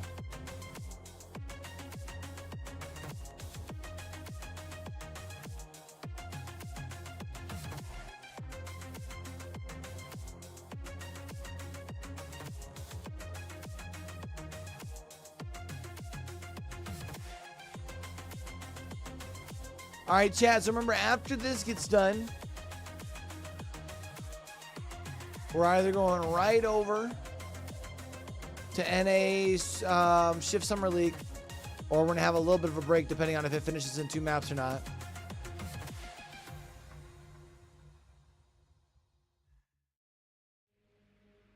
The game starts long before the game starts. And warm hands are faster hands. Gain the upper hand and power up your pregame warm-up with Zippo hand warmers.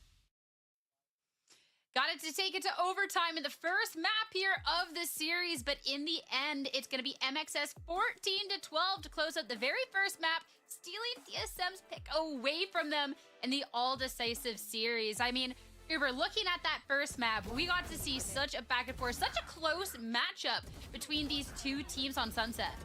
Oh, I think Don called it at the start of this game. This is TSM's brand. They are very scrappy. And for a good part of this map, they were able to drag MXS down to the muddy depths and, and force them sort of into this very, very back and forth, very individualized style. Look, we saw the same look from TSM again, like really leaning on Sims Neon, which was definitely a highlight for them. But man, yeah, step into the Broctagon, you're going to know about it. Yeah, scrappy indeed. It would not be a TSM victory without, or a TSM map rather, without a couple scrappy rounds, couple rounds thrown, couple rounds won that we didn't deserve. That's all right though. I mean, that's how these guys like to play, and looks like Simone Biles slayed her floor routine today. We talked about it before this map. She had a pretty nasty looking ankle injury the other day, so it looks like it didn't affect her. That's Brock good. Heard that and took it personally. I mean, 28 and 16 on the Sova. This man was an animal with 299 ACS. This is exactly why they call him the Big Brock. Broctagon really putting in that work today. I mean, it was incredible, and I think a really good testament too to MXS that it isn't, just what Mata can do. It isn't just getting through Mata. If Mata has a great game, I think this is a impossible team to get through. They're really showing that it doesn't have to all be. LeBrock was putting in huge work, even if this was just so close. And TSM, they definitely had some really good step-up moments as well throughout it. I mean, there was great shutdowns at Sim. I mean, we could talk for hours about Sim, honestly. This Neon really just putting in the work, but looking through this, I feel like this sets a really fun precedence into the next map of the series, like how everyone got to step up this first time. Yeah, I'm going to put it out there. To circle back to the storyline, I did say I wanted to see Odashima and Vic step up on this map, and they both did. They had a really, really good game. Oda got pressured very heavily, I think, on that defense side where MXS started, was the weak side, holding that B solo. Eventually, though, you saw MXS start to get a bit more of a feel for what TSM were going for. I really think that they played quite well, actually, around a lot of TSM's sort of attack side gimmicks and a lot of their sort of set plays, which we can probably talk about in a moment here. But generally, like, you can't... Yeah, it's crazy to account for, like, Brock just going absolutely bonkers like this. Just an insane individual performance. But, yeah, it was a real team effort, and I love the MXS defense side to start with, at least. I mean, you're talking about going around set plays. It rolls time to the first one, round 6. Yeah, I mean, so like TSM go for this trap play here behind the breach, and Sima's getting in their face, right? We lose Vic, that's fine. Mata falls off this site, but I think Flyer actually tried to trade for Mata, even though he'd fallen back. But they give up the site. Mata just sits inside elbow here and allows TSM to impale themselves on their own bayonets in this round. This is what we were talking about. This is one of the strengths, I think, of TSM's Neon-based comp. But if you fall off that site and give up elbow, give up a little bit of space and have a good flood retake, you're in great position. That could have gone really wrong for MXS. That Flyer tries to, fight. I think there's some wires getting crossed there or something. But that round went quite well. Unfortunately, TSM get let back into that half because MXS start fighting for that position. They're getting caught in these breach fault lines and a lot of this stun utility because they're unwilling to sort of fall off those positions and sort of play back onto the side. That's where the only thrifty of the map happened, where TSM walked up, used all their util, had the Neon play, and they basically killed them with a bunch of sheriffs. That allowed TSM to end up with a 7-5 score on that attacking side. And MXS had to work pretty hard to bring things back. Winning the pistol definitely didn't hurt, though. It definitely definitely did not there, but I wanted to start talking about a little bit later in the game here, Don. Looking back at round 17 here, once we got to see these teams face off a little bit more and things getting quite close. Yeah, this is a great set play coming out from MXS here. I mean, we kind of missed it at the beginning, but Vic throws out a smoke as the Neon sprints up middle, and both Neon and Omen are going to peek at the same time while a Paranoia comes out and a dart from Brock to recon scan over there. And then they pinch into the site, right? Brock's going to drone in through A main, while the players on A are worried about these guys that just TP'd and sprinted up behind them. And then it's just a 5v2 as these guys get pinched into elbow and absolutely obliterated. This is clearly something they had in the playbook ready for when Vic has that ultimate ability, and something they pulled out and executed to flawless perfection. I know for myself, there was just a second look at like, how fast did they whip around there to just be able to pull this off? Like, they were on it. That was a lot of fun to see. Great plays coming out from both squads. But now we have to start looking at later this next map in the series. Because if you're a TSM fan out there, this starts to look super, super scary. Ascent is next up. MXS is picked. But TSM were actually banning this out before and after their loss to Core here back in week 4. And they had to swap over to banning out Abyss that first time. So now when your life, your chance at ascension is all down to this Uber, that's a terrifying prospect.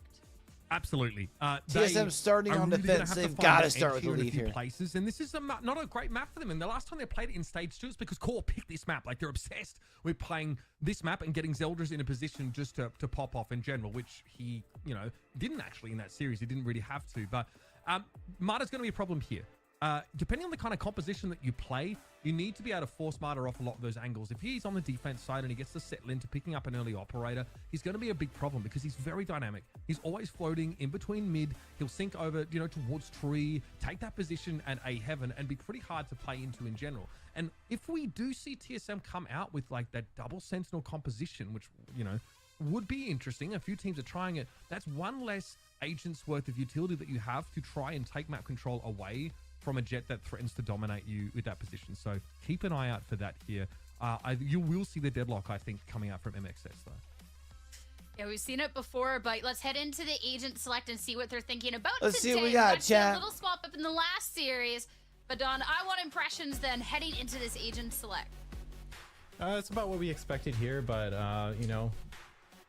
I'm really digging the TSM comp. It's a little out of the ordinary, pulling from the from the cooking lab. No, I'm just kidding. This is the standard base, just about Ascent comp that you'll see, but with a proto on the Cypher rather than the Killjoy. I think it's something that suits his playstyle and a bit of a comfort pick from him. But I think TSM are in a good spot here, at least in terms of agents to try and shut down this attempt from Moist to run the double sentinel, which I really like and has been coming out and becoming a bit more popular here, especially in challengers. So but I think overall there's a lot more nuance that goes into this map. This is not a regular season match.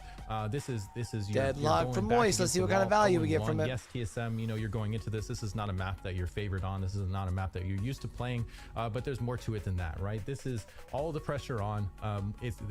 The onus is on Moist to come in and shut this down in a 2-0, and TSM have to fight their way back to stay alive for their year, right? This is Ascension on the line and something that they're going to have to dig deep and pull upon all the experience of their very veteran players to pull something out here magical on Ancient and see if, or on Ascent rather, and see if we can bring this to a map 3 against Moist.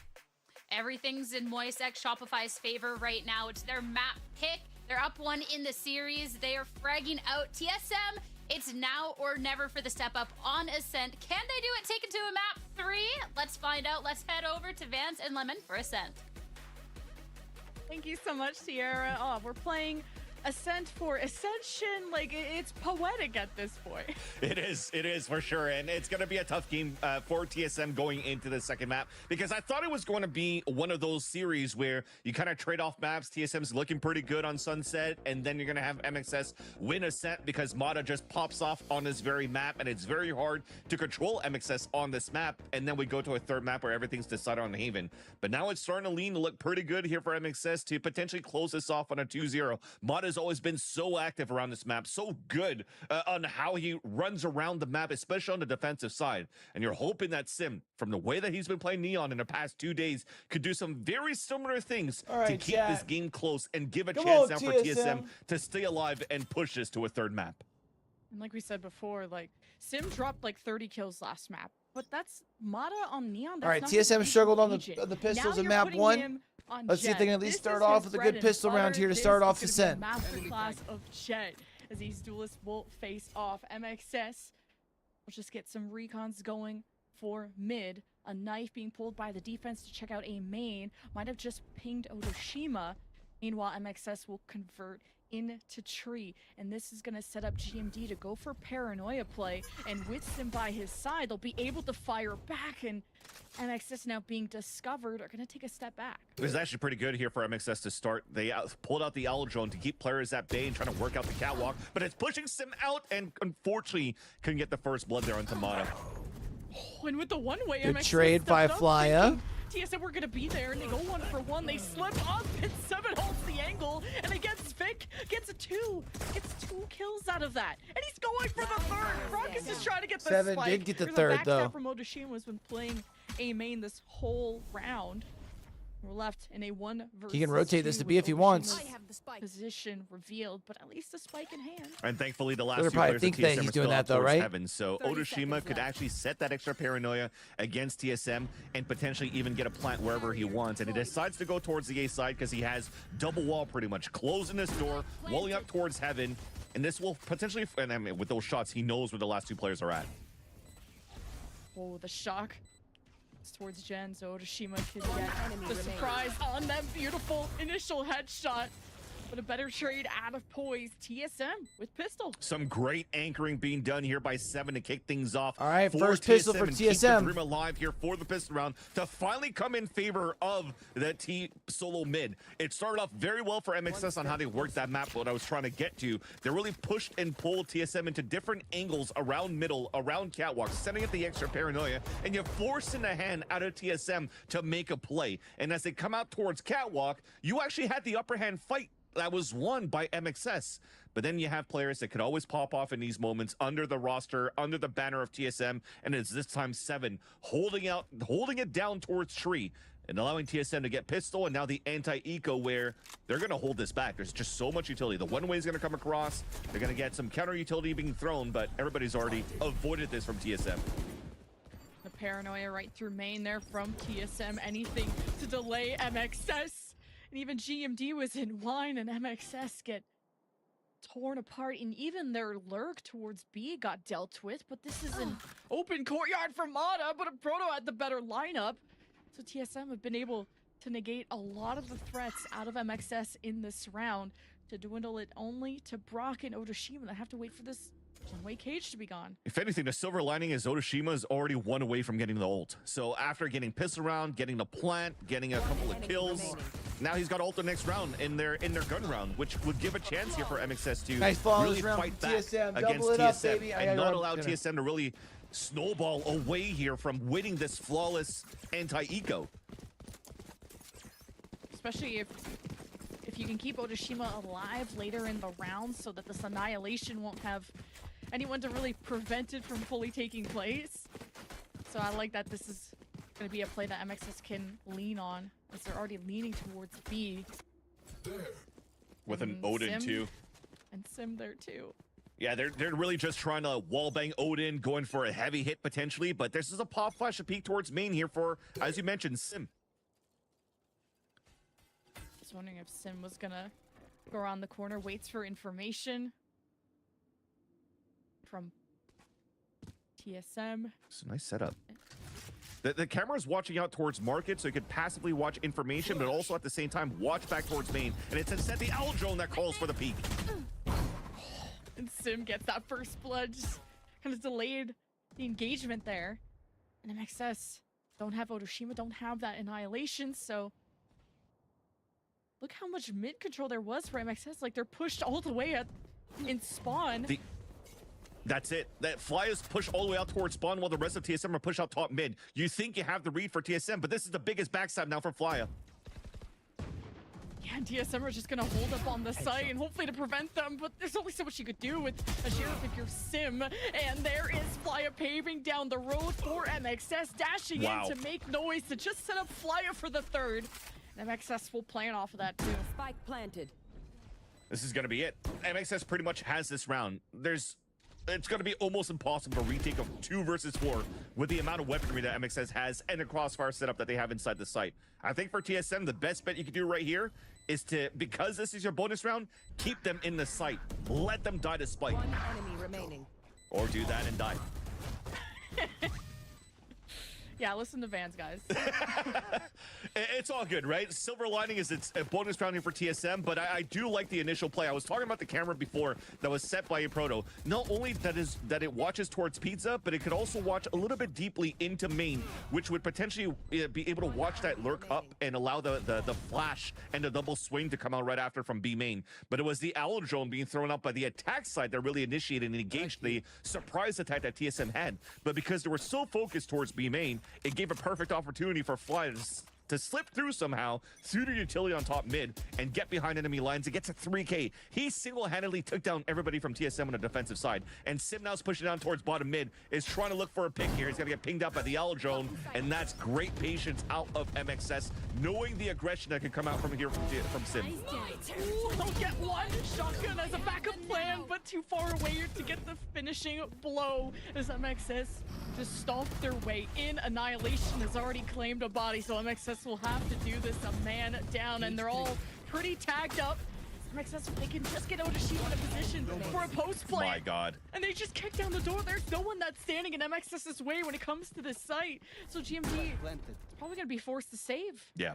And that's what it makes. Well, that's why Ascent is still very fun to watch, because yes, it's vanilla comps, it's different or similar ways to approach the match, or the map rather. But it really comes down to some great timings and how you take advantage of these timings. For MXS, knowing how it comes down to those matches where you understand the play styles of the players you're playing against more than the team or the composition in itself. So knowing that Sim could force out an op, run out towards the main, they waited for the owl drone, and when you force out the dash, he can't go away anywhere anymore, so he's stuck towards Kench bench with the op, which allows MXS to just now tempo up towards mid and fight against the defensive side push. And on top of that, they added the later of the annihilation from main to really take down the defenders towards market and allowing MXS to get such a clean take in a clean round here. TSM should now have rifles, right? In this round number 4. No, they had rifles last round. This will be the third round that Brock gets to keep this Odin too. And they got away with using Otoshima's annihilation for a free kill too. So MXS, their offense was almost flawless on Sunset. They did get pushed to overtime once TSM had their final timeout started to recuperate. You can really never count out TSM until they're fully dead. But we'll see if MXS will be discovered leaning into B. This will be up to Proto's camera to catch this, and for Poise to maybe slow this down with a short bolt, and with the net from MXS, it caught both right at the front door. So MXS are happy to greet them and even get a plant down. A very simple swing out of your own smoke and hoping to win the double swing, and you win your individual duels. It worked out. Nothing you could do here for TSM. Potentially another moment where GMD is going to save his rifle, and the last two players are just going to look for the econ damage here for TSM. It's a nice try. High risk, high reward, because you're on a lower buy to try to fight out towards B main. But you definitely see that MXS, they are looking pretty confident and comfortable in these duel fights. And MXS has been able to carry a lot of these weapons. They're losing maybe 1 or 2 as the rounds end high, and now they're kind of cursing me. Oh, almost got Mata. Couldn't though. But MXS's economy, they're getting pretty rich, and you don't want MXS to carry too much momentum. Not like they did on Sunset, as GMD is getting hunted down left and right and won't get away. Yeah, thankfully it was only rags for TSM for this round. Yes, GMD not able to save his rifle, but they should still be in a decent economy. I was saying they should be able to full buy here. GMD still was able to afford a rifle and full shields. But that just right there, and the amount of value that you get out of a deadlock on these pushes when you're trying to fight here as a team, the net that they throw towards the entrances, you could throw these through walls as well towards B main. This could also counteract against an Odin spam on the B site, where potentially why you don't see Poise trying to save up for the Odin as soon as possible and try to go for the wall bang in the end. But MXS, they're looking for a quick hit towards this B site once again. Some good initial damage and dwindle them down enough to get first blood for TSM. They're traded back. Hunter's Fury for Brock to push back TSM. A Proto slipped by though and was able to weaken TSM is just struggling. Like, defense is usually their strong point. They are struggling so bad. The plant, and Brock has an Odin, so on the defensive half against Moist. Pointed out how many rounds he was able to hold on to that for, and GMD will be on the flank to hopefully steal that away from him. Brock is watching it though, and it's all about timing. Brock has 2 sight lines to watch. GMD comes up with the backstab. It's just Vic in the shadows, in the closet, gets flashed. Knows at least on the left side, 7 will be there. Paranoia misses. And here's the push from TSM to look for the equalizer as Vic did not know they were that close. Yeah, they just tried by for the kill, which they had to tempo up very quick because there's not enough time left on that spike. I mean, 5 seconds left. If you dance around that a little bit more, and because he had so much utility, you don't really have too much time to throw a second flash, throw a molly. You just have to snuff out your last opponent. And as soon as you saw the shot coming out here in the back of the site, trying to bait those players in and hopefully isolate these fights, it didn't pan out in the favor here of MXS, and TSM are able to finally weather down the storm here on the B side hits, and that's just off great anchoring once again by a Proto, being challenged, avoiding the paranoia, getting a 1 kill, dying in the process, but delaying enough here to allow 7 and GMD to close out the round for TSM and keep this game fairly close in this first half. And mind you, because this map is so banal these days, it could go left and right. It's not always defensive side anymore. So MXS is still pretty good here on their attack side. Yeah, and they counter that one way on the A side with a smoke in main, so TSM just have to give up a main sonic sensor there for MXS if you would catch, I don't know, Sim trying to dash out or anything crazy. So MXS just hold the angle to see. TSM are a team that are more likely than not, once time has gone by, they'll push out of their safe positions. And now that they haven't really done that with a minute left, MXS are going to test things out. Mata's made his way all the way through the back, and this is not the first time Mata has had free range on this map. And he tests your map control, and this gives an opening as TSM's backs return for MXS to step into the A site and plant. So good, and look at the util coming out for Otoshima towards the end. A Proto's going to try to get a timing here. Elise gets it. Works out. And Neural Theft too. Pulled out from a Proto. Made 2 versus 3. Spike gets tapped. Who's gonna come out of tree? They get a ping in hell, and a Proto can't get his gun up in time. It's the Odom that will best him. And we're left. One for the lead, and it's 7 with 3. 7 once again and piss around, and now this round, not only with 3 kills, but getting that clutch towards the end, this simple clutch to allow TSM to take the lead in this second map. And boy, does he not want to go down without a fight. And he definitely wants to make sure that TSM has a fighting chance in the third map by pulling out all stops with an Odin of all guns. That slows you down so much when you're running across the map and you're still able to get perfect game sense off the hat being thrown by a Proto. Knowing the timings after those players are going to get pinged out by the neural theft and how you isolate these fights.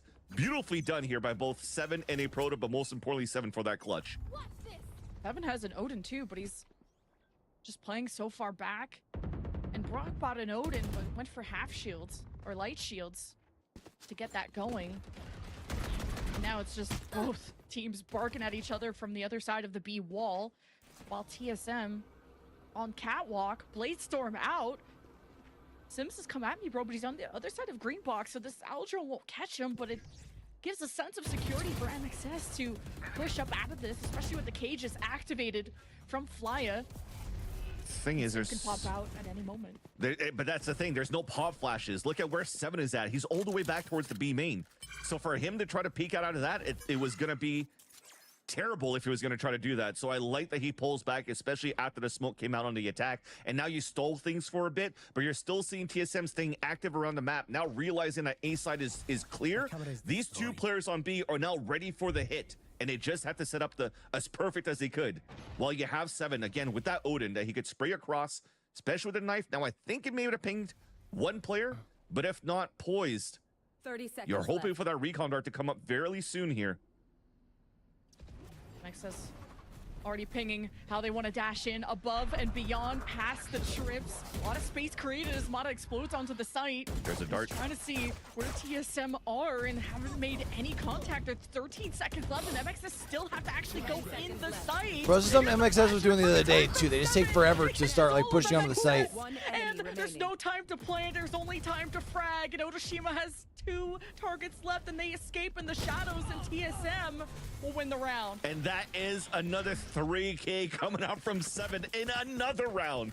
And a beautiful pop flash too to allow the pinch to come back from the backside out towards the lane from those Blade Storm that Sim held back here towards that catwalk at the very beginning. So for him not throwing his body away allowed for him to have one of the most crucial kills up towards the lane with 10 seconds left and not allowing MXS to really flood inside that site. But there's such a great control in amount of utility and angles being held by TSM again, and these last second hits coming out from MXS. And even when MXS is able to get a plant down, TSM are finding great timings to bring it back into their favor when they're already posted up and trying to catch MXS reposition themselves in these post plants. And you're definitely seeing it now. The struggles are coming through on how MXS is working around the attack side since TSM had their money right.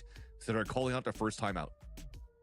I like the TSM when they don't get good enough information, like if Seven's throwing out a knife and they don't ping the whole team, or it's just really not convincing enough. TSM want to swing and retake as a team, and especially off the contact of Seven when he makes that call with the flash. So patience really paid off for TSM. Not peeking when you don't have info, as well, they don't get first blooded as much. Now TSM have a lead and are on a win streak actually of 3 rounds in a row, and that's why the timeout had to come out from MXS of how do you slow down this team. And you're seeing it, right? That's 3 diffuses, 1 off time. So TSM not only good here on retakes, but also delaying when it comes down. They're okay to play down to the final seconds, and they're finding the right moments here to catch MXS off guard. Maybe it's a call now for Moisex Shopify to be a little bit, to temple up a little bit more going into their gun rounds. But this important here, Blade Storm available for Mata. And it's hard for I was gonna say it's hard for them to take control towards tree like that when you're playing double sentinel. No KO to pop flash for you to move inside and take control of that tree. TSM like to play far back. I love that though. Able to bite back at the very least. Seven thinks there's more around the corner. And MXS have mid control leaning already towards A, and Brock will get a Vandal out of it too. Can make this expensive for TSM and just couldn't flick fast enough towards Seven, who's held pizza very well for TSM, securing B for the defense. So MXS, they try to just march their way into A, steady aim for Otoshima with the SMG at range. It goes for the Sheriff, but TSM still had better weapons. All right, we talked about how important it was for TSM's defense to step up here, and they're at least currently in the lead. Held back towards the trip. And what he's trying to do here is to have his teammates shoot it from long range so that he could actually find the timing and push forward, and almost got that double kill right there. So thankfully there was some good spacing out of TSM where they didn't line up so that you have the underhand flash thrown out by Seven that gets the kill with the Odin. But at least the play around that is actually quite nice, and that's what we're talking about, min-maxing on positioning and timings instead of approaches on the compositions. So that's a very nice approach, and MXS now has an opportunity off this timeout to run an op, and the op is towards B main. There's still a fast tempo though for MXS towards A side. Misses a shot. MXS have realized that TSM haven't really looked at these one ways that they put at A, so MXS can now grab the orb, and that's another resource. 1 away from Hunter's Fury, 3 ults to use for MXS. And it's just the red carpet right into B. They haven't. Sometimes they'll insert Mata mid to run through pizza at the back spawn, but you don't want to make that too consistent, then TSM are going to figure it out. As this op from Mata. Again, TSM play out of sight, out of mind when they don't have information. MXS, now the plan has been discovered through this. No way. Takes 2 to the grave, and TSM shred them down to just a single member. When MXS had the ult advantage, it seemed like they had We're going to a third map, aren't we, champ? And MXS just get fired down by just one big gun. That's insane. Well, it's not the T-1000, isn't it? But it's just like a Terminator in itself. Being the KO, a 7, just running around with the Odin out in the open and getting a spray there onto Mata. And then on top of that, able to lay down bullets on other players trying to run behind towards B main. And I was going to mention that these two players, both initiators kind of playing towards this B site, hasn't been the best success stories for MXS's attempt to hit towards the B site. Because what happens at this point, if they actually force players to fall back within the site, you still have recon darts that could be thrown on the top. And Odin's going to spray from back site. You can throw a Hunter's Fury at some point too to use it towards the market. They have so much good utility and stall with just these two players within this B site that MXS needs a little bit more than just a dash to close the door and more utility to come through. Even the wall being thrown towards the back of the spawn is not enough because they can't break and find the perfect timing to really take down TSM. But they're going to attempt it one more time. This time with Hunter's Fury. If it ain't broke, don't fix it. TSM, the same plan. Hunter's Fury to pressure them back. It actually pings Poise. I thought he was out of sight from that. Now TSM won't be able to just cut them at the heel as soon as MXS step in. I know, like, bro, I know you, but see you scratching that the last 3 rounds. As they jump down, it's 1-for-1. And weakening MXS, you'll take every one of those picks if you're TSM, and Sim gets to keep the alpha for really how long? Now the Owl drones are colliding in the air from the shadows from Vic. Will stick it to get to the backside and get away with a double kill on the flank. And TSM have Sim with it up, GMD with the Paranoia. It's a 2v2 on the post plant. Paranoia's gonna hit Brock. He's greened up Simpson with the Odin. Where is he in the smoke? Sim, just the better dance, the better defuse. TSM 8-3 now. What a nice attempt by Vic for TPing all the way back towards the spawn to get those 2 kills. I was gonna throw a question mark to say, wait, they're throwing their flashes a little bit too early here for TSM. Seven already used both of his flashes to help clear out towards Switch and also try to defend backside when he already lost his teammate in the back over there. So they didn't have too much util to play the retake in that area. So MXS kind of forcing Vic on that TP towards the back enemy lines to try to get this double kill right here was kind of a saving grace at the same time, because now you have a Paranoia. Right? The last 2 players are pinned inside the site for MXS, and it allows TSM to play this flash and dash and great crosshair placements and win again individual duels, but this time on their side, on the defensive side. Now allowing for them to string 6 rounds in a row on the defensive side, where this was supposed to go back and forth in the very beginning and to see how MXS were working their attack side at the very beginning. But now it definitely looks like there's no answer so far, but they're at least still attempting a mid-control. Sensor reveals someone's pushing up from TSM. Great first blood out of Otoshima, and MXS will see if they can claw back around to at least make this an 8-4 half after they had a wave of ultimates and just kept hitting their head against the wall when it comes to B, thinking the ults were going to be enough to set TSM back. Oh, he tries to find the feet, can't find it. Make that round close, but no cigar. Lefting this to be a 2v2. And right now they saw the jump spot towards back mid, and he broke the camera on the B side. So they're trying to sell a fake towards A, so they can rotate players out towards the area and re-hit a weak side B with just a Cypher in there. Yeah, and with MXS trying to get vision onto B, they get picked off, and even a double kill. TSM's B control is insane. It's just untouchable. And MXS can't carve their way anywhere. Except now it's Otoshima in a 1v2. It's not impossible, but the jig is up. Paranoia catches them, and it's an easy win for GMD. Yeah, and my apologies to cut you there, Lemon Kiwi, because it looked like they had a perfect read there for MXS. After seeing the jump spot in the back of spawn and breaking camera on the shed at the switch, you would think that most of the utility and most of the stall would now be towards the B side because you have a Silva and a Cypher back there. Yet they still wanted to go against the grain and fight against TSM's hold on that B side, where a Proto just held perfectly with those one-ways, and that signature Proto back on Ascent back in like 2021 of how he was playing this map, on how he was playing these one-ways on the Cypher and getting all those sheriff kills, which coined a Proto box crosshair that we all know and love. But that said, now TSM on a great tear on the defensive half and have a great chance and a great cushion here to push us over towards the third map, and they want to work as a death ball towards A. Isn't it funny how MXS have never won Sunset, then they won Sunset. Now TSM have never won Ascent, and they're on the verge too. 9-3 halves. Very solid. Do be like that in Challengers. Look at the Challengers, especially playoffs. TSM are a whole new team. What a quick flick from Fly to get that headshot too, to change targets so fast. TSM pushing through, gets one. Breaking in, just kicking Vic right in the face there, who at least holds his own. 3v3. As it costed blood, sweat, and tears for TSM. Everyone is tagged up, and MXS coming through tree, through the smoke as a team. And the spike is trying to be planted. Maybe want to try and prevent that. They sneak their way out, and MXS just win every Come on, a duel. Proto. These surprising swings. And a Proto has to dance. Very sturdy block in front of him. But MXS just more composed. Yeah, towards the end there, it looked pretty good for TSM to fight back.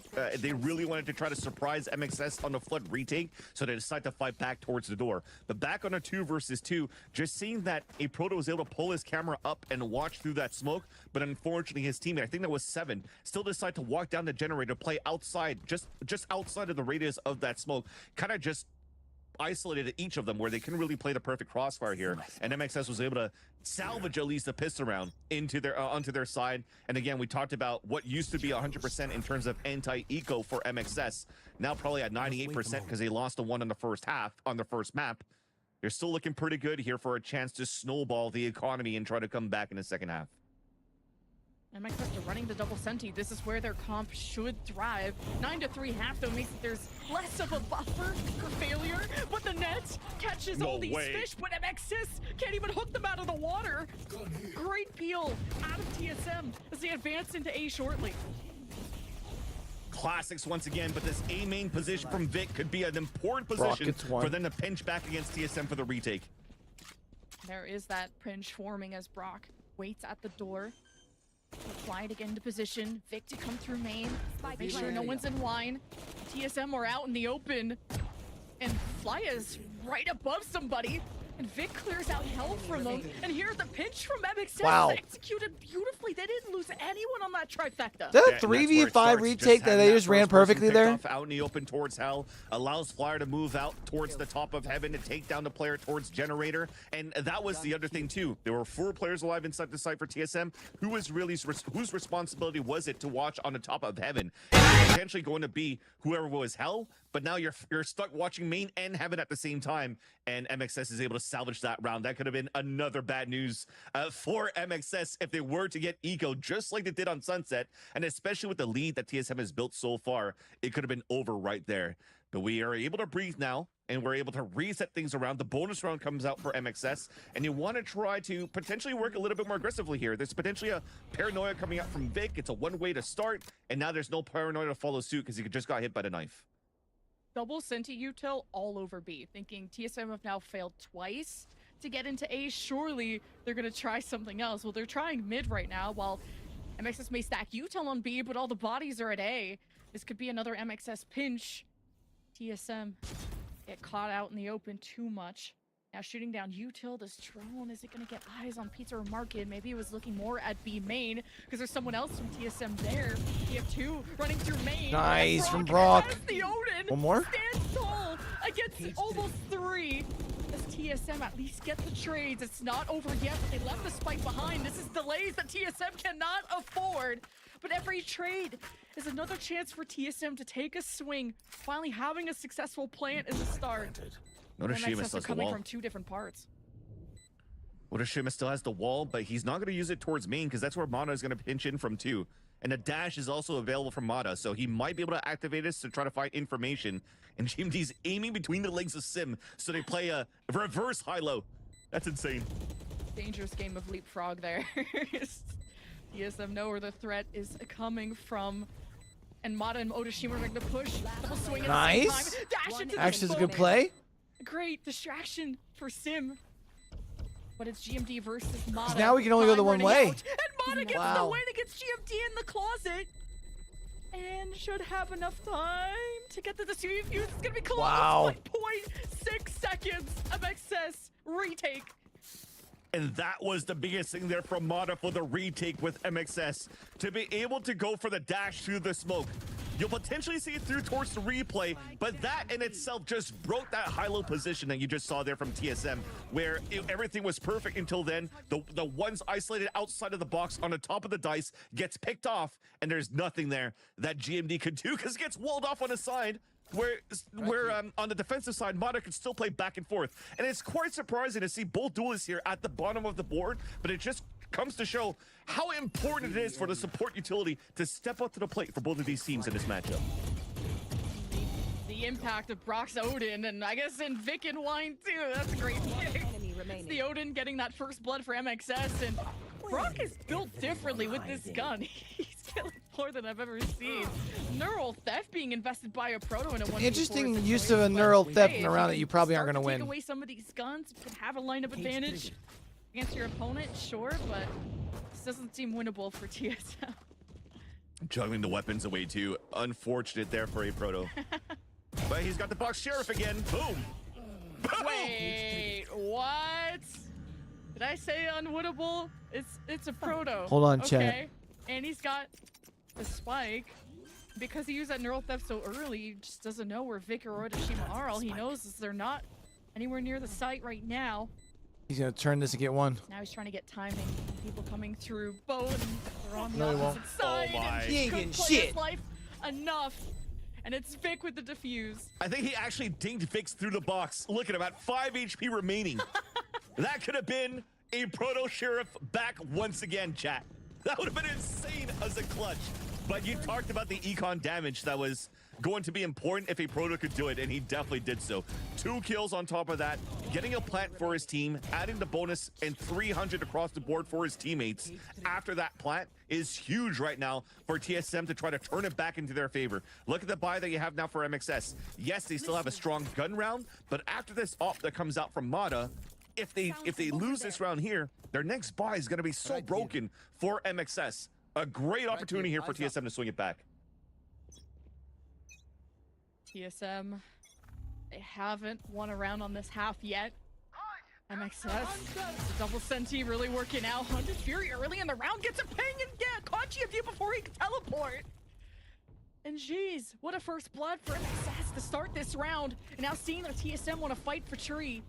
MXS get all their Deadlock utils set up. Sonic sensors everywhere.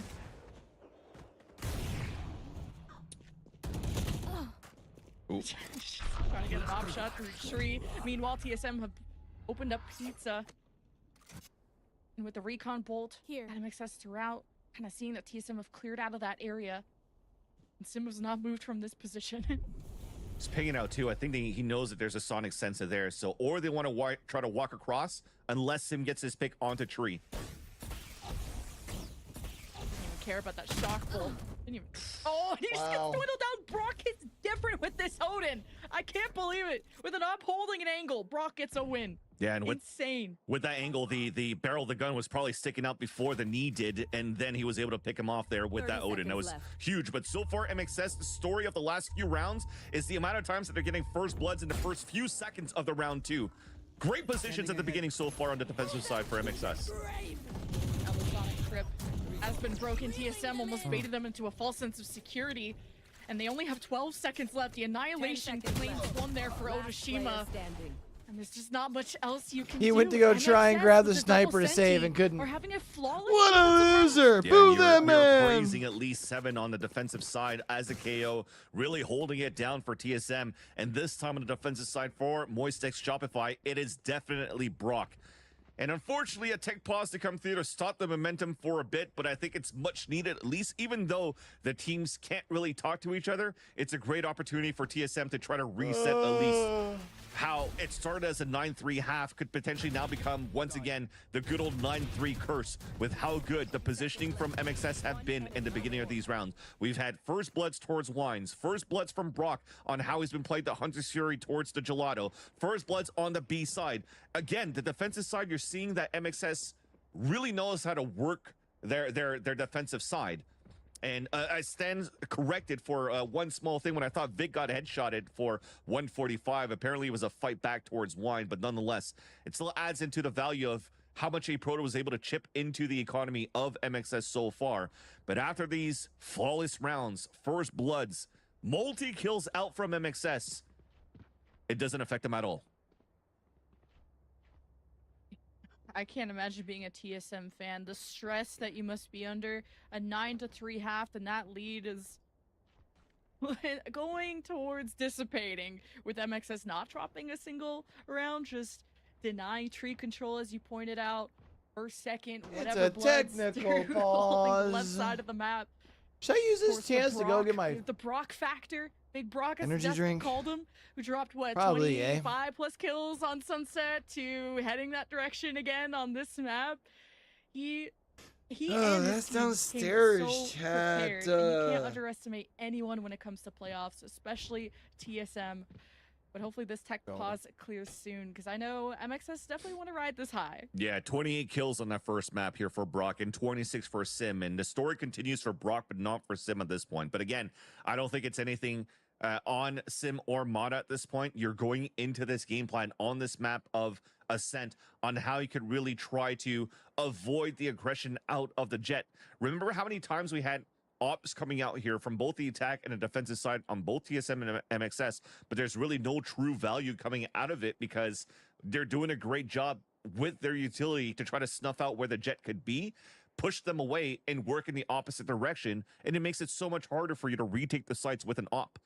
So both teams are really running great executions and defaults on their attack side to avoid these Jets to get so much impact.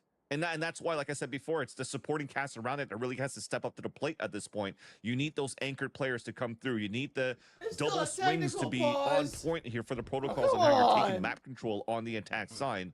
And they've both been really good. It's just now on the defensive side for MXS.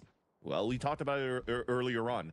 They need to find ways now for TSM to just stop these first deaths that they're getting in the first 10 seconds of these rounds.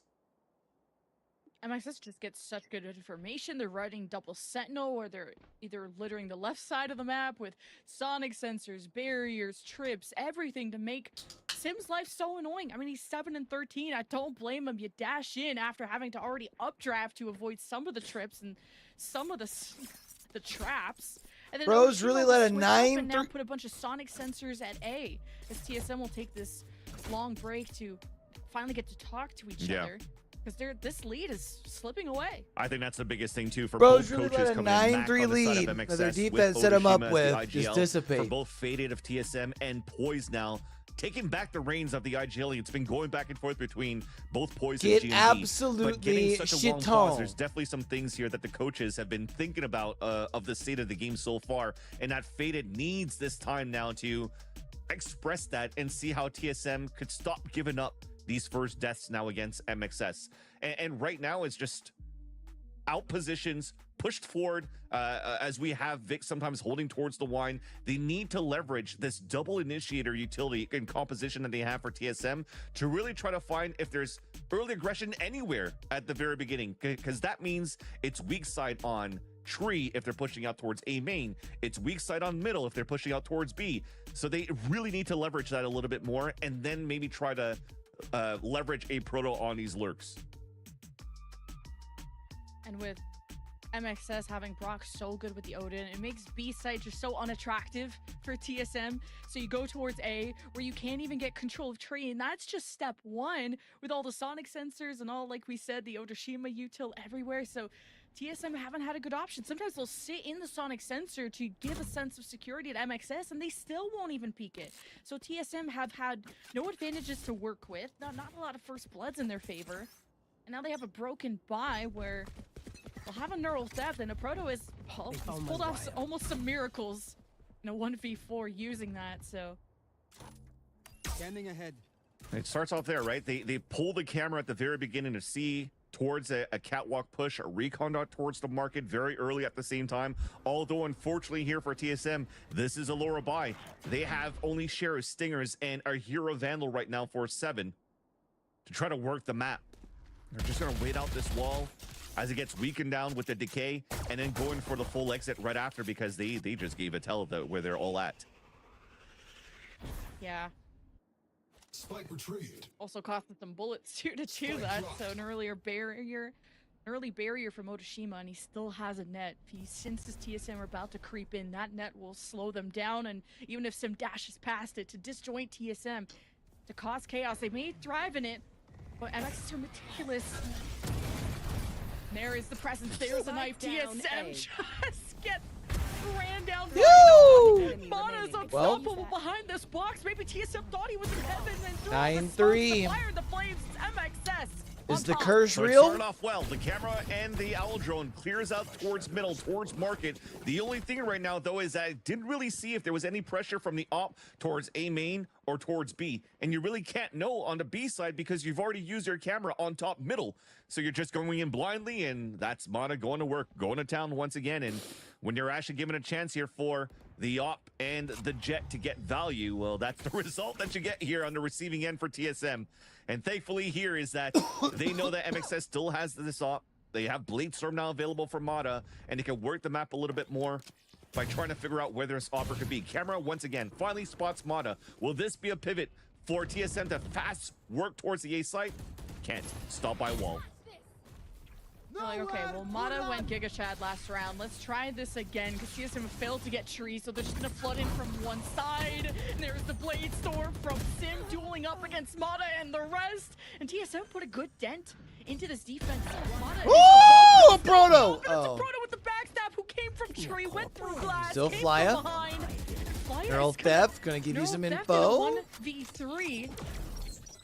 And the spike is down, or it's planted. And Fly gets a ping and just hopes the wall bangs, but it's a late position. I feel like the neural theft there was kind of wasted, not gonna lie. Firing squad on the pulse plan too, just to lock down Fly and not give a chance here for Fly to get any value or even lose more weapons in the process for TSM. But everything went according to plan to what potentially Faded was cooking up here. They figured out that the op was towards middle. Let's fast hit towards the A side.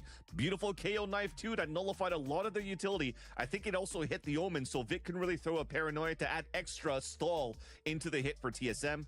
And My boy Mata's got to have some big rounds here. Double kill on the top of heaven. So everything worked out to perfection. But now MXS using their last timeout to try to counteract, not give the momentum back here for TSM. And a Proto, I mean, again, stepping up to the plate at this point. We talked about the civil war between the moist moguls, ex-compatriots here, from a Proto and Sim against Vic, Brock, Otoshima as an assistant coach in the past. And a Proto, it almost feels, you could almost feel how important this would be for a Proto to beat MXS and to go to Mexico for the Ascension playoffs by beating MXS on top of that. But that took a Proto flank through glass to really catch MXS's defense. That was the first offensive round win for TSM in this half. They're gonna have a ton of ults, and they have a good buy now, minus, you know, the light shields. But that took a big play out of a Proto. So, okay, it worked out going through A main, just flood all in and have a Proto go through tree. TSM's got 4 ults at their disposal here too. Everything but the Hunter's Fury. And they'll still try to do it though. The slip up is around what information TSM's getting, how they fast tempo through it. But this time, you're seeing that MXS are not being as aggressive at the get-go towards middle, because they've actually posted up Mata into A main, out towards the wine. And this gives a chance now for TSM to really work the map towards middle. Lots of utility being used at the very beginning by both initiators. But they haven't really gone too much information on their side. Neither did MXS, because they're playing very passively. Look at how they have to watch the crosses all the way back towards spawn, because their camera's being used towards main, so they have no real information on if TSM's really working middle or not. Well, Sim is in see something, say something mode, where he's just walking down with exactly. an op. Nothing standing in his way. It's TSM going back to plan A. Just flood through main, but someone in wine is going to try and prevent Mata's this. by himself. His presence Suppressed. is detected. You know who was there, but not where. And he didn't get the initial shot on the updraft. Sim with the Blade Storm. He still at least get one? Mata has to go big here. He's not going to get any backup, and he couldn't take anyone 6 feet under with him. So TSM, first blood, with the lead that they stole back in their favor. The null command popped by 7 as TSM, Surge and Fly in Hell couldn't play off the smoke. GMD. There it is, TSM up to 11. TSM from front to back. This is gonna go the distance, chat. And another I hate it here. pathing coming through this time around on the top of tree.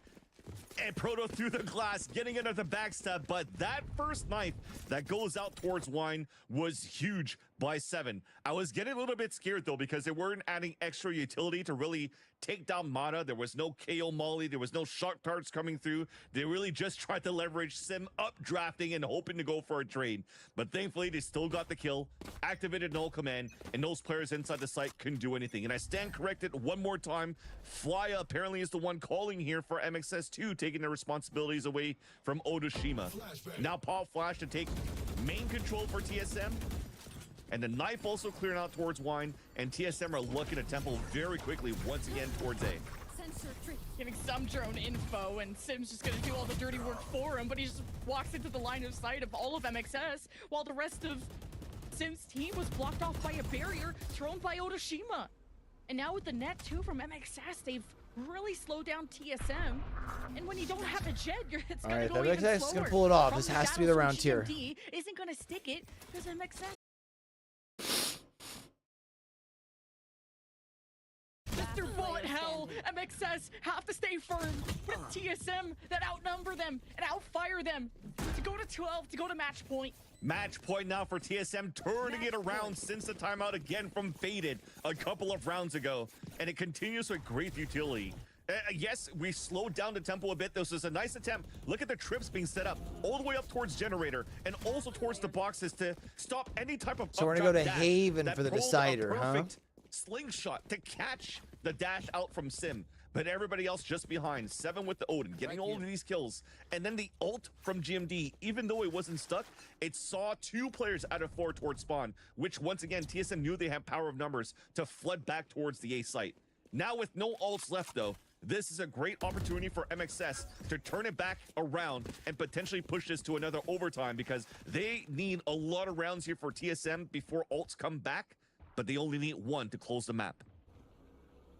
Oh, this drone might have spotted a gun, not sure, but MXS had an early ping on B main too, and TSM. Not sure how I should feel yet about Haven. Kind of looking back at things. Almost every round, and now 7 has to match it too. So if Brock were to unleash, well, 7 would give him a taste. And Moist has won on it recently. Don't have a lurk, although it's against Blinn, so like, how much weight do I put on that? You know? Just to really reinforce this flood right through main as TSM. Sim right through all the trips, all the smokes, and 7 just gets a lucky hit through it's all over, of that. chat. And MXS don't get a single pick. Waiting as TSM walk in, puts Fly in the closet. It's done already good damage, but he gets overwhelmed too. TSM have the numbers, doubling the forces of MXS. TSM with the plant, going for the win, so that they can send us into our deciding map of Haven. It's up to Vic and Otoshima. Here. Grouped up on Paranoia. Oh, but just too quick on the draw is a proto as Vic. Imagine Vic pulls the 1v4. With the paranoia, he sets himself and they come back and send it to overtime. He'll know when he swings and where. What a script.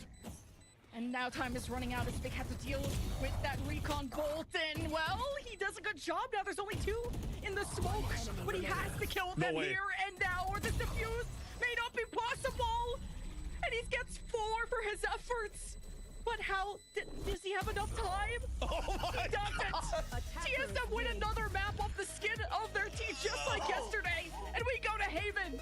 Look at the sigh of relief coming out from a proto. It was gonna be another one of those moments where TSM could potentially win a round and have a 4 versus X or so many numbers at an advantage and just let that falter. But thankfully, they had a 6th player in the roster, and it was the timer of that spike, which allows now TSM to push this to a 3rd map.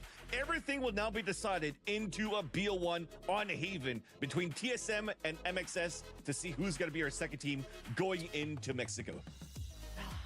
That was nuts! TSM and MXS are both 2-1 and on bolts Haven. even. So this is anyone's series. Could TSM cause our 2nd, maybe biggest upset after already knocking out Oxygen? Are they truly the king? Imagine TSM does go on the crazy run of going Oxygen, Moist, and then somehow finds a way to beat M80. Talk about a run. How you doing, Beast?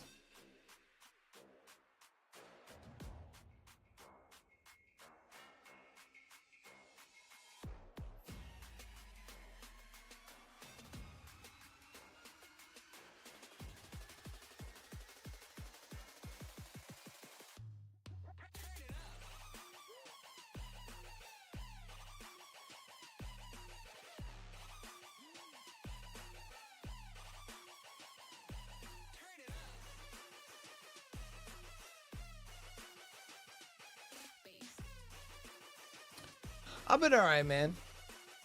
Staying busy, especially this week. This week's like hella busy. Was kind of low-key hoping this was going to be a sweep one way or the other.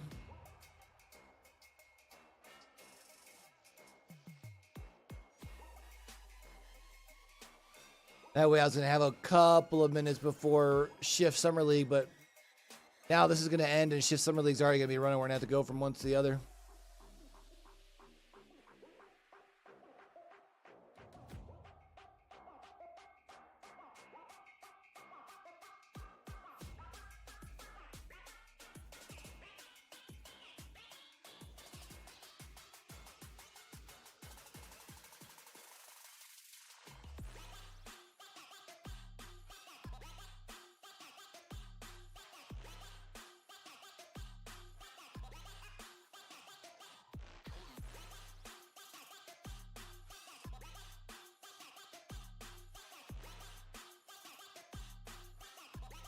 What you been gaming on recently, Beast? What's been keeping you busy?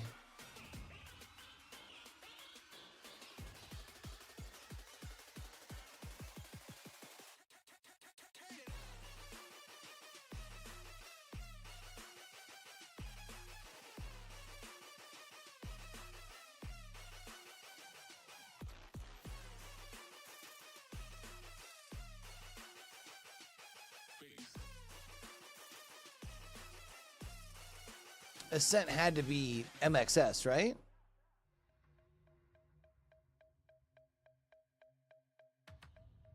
Really? YFP?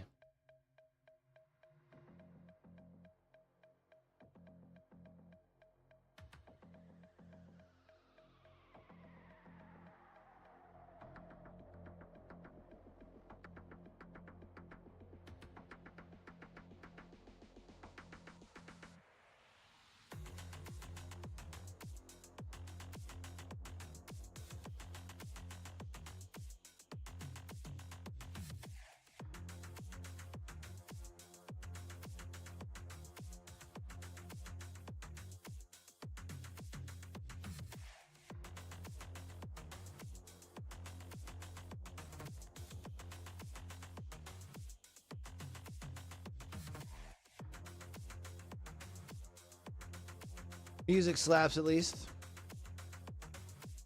Yeah, I might hold off on that for Summer League for NA, honestly.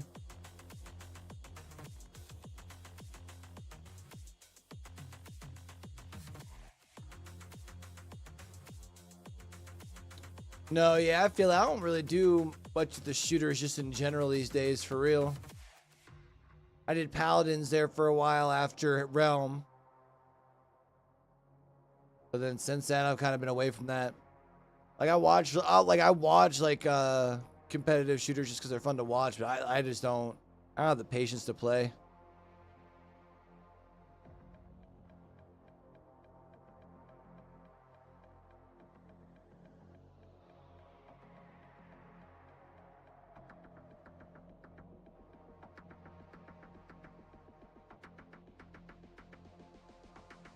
Good old Realm, man. Talk about a game.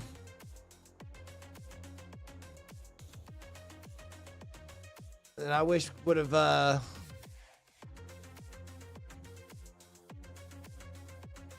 been able to stay around, man. So much potential.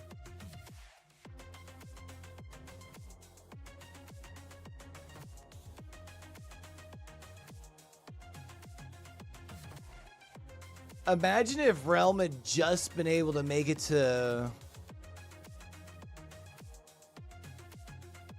COVID.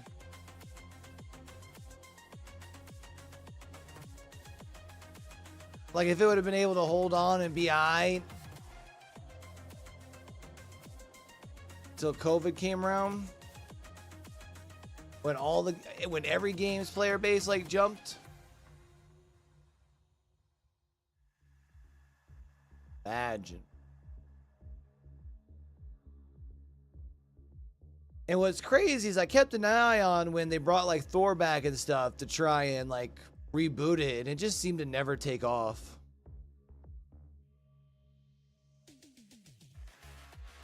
No, they don't.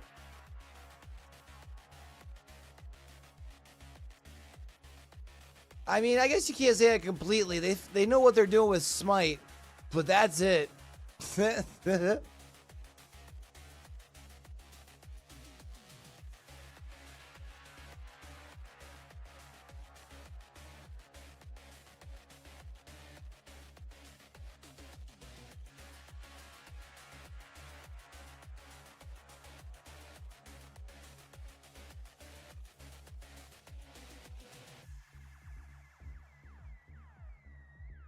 Oh, they finally put in like a new map, like a completely new map. Oh, when I had first seen it, they just done redone some things.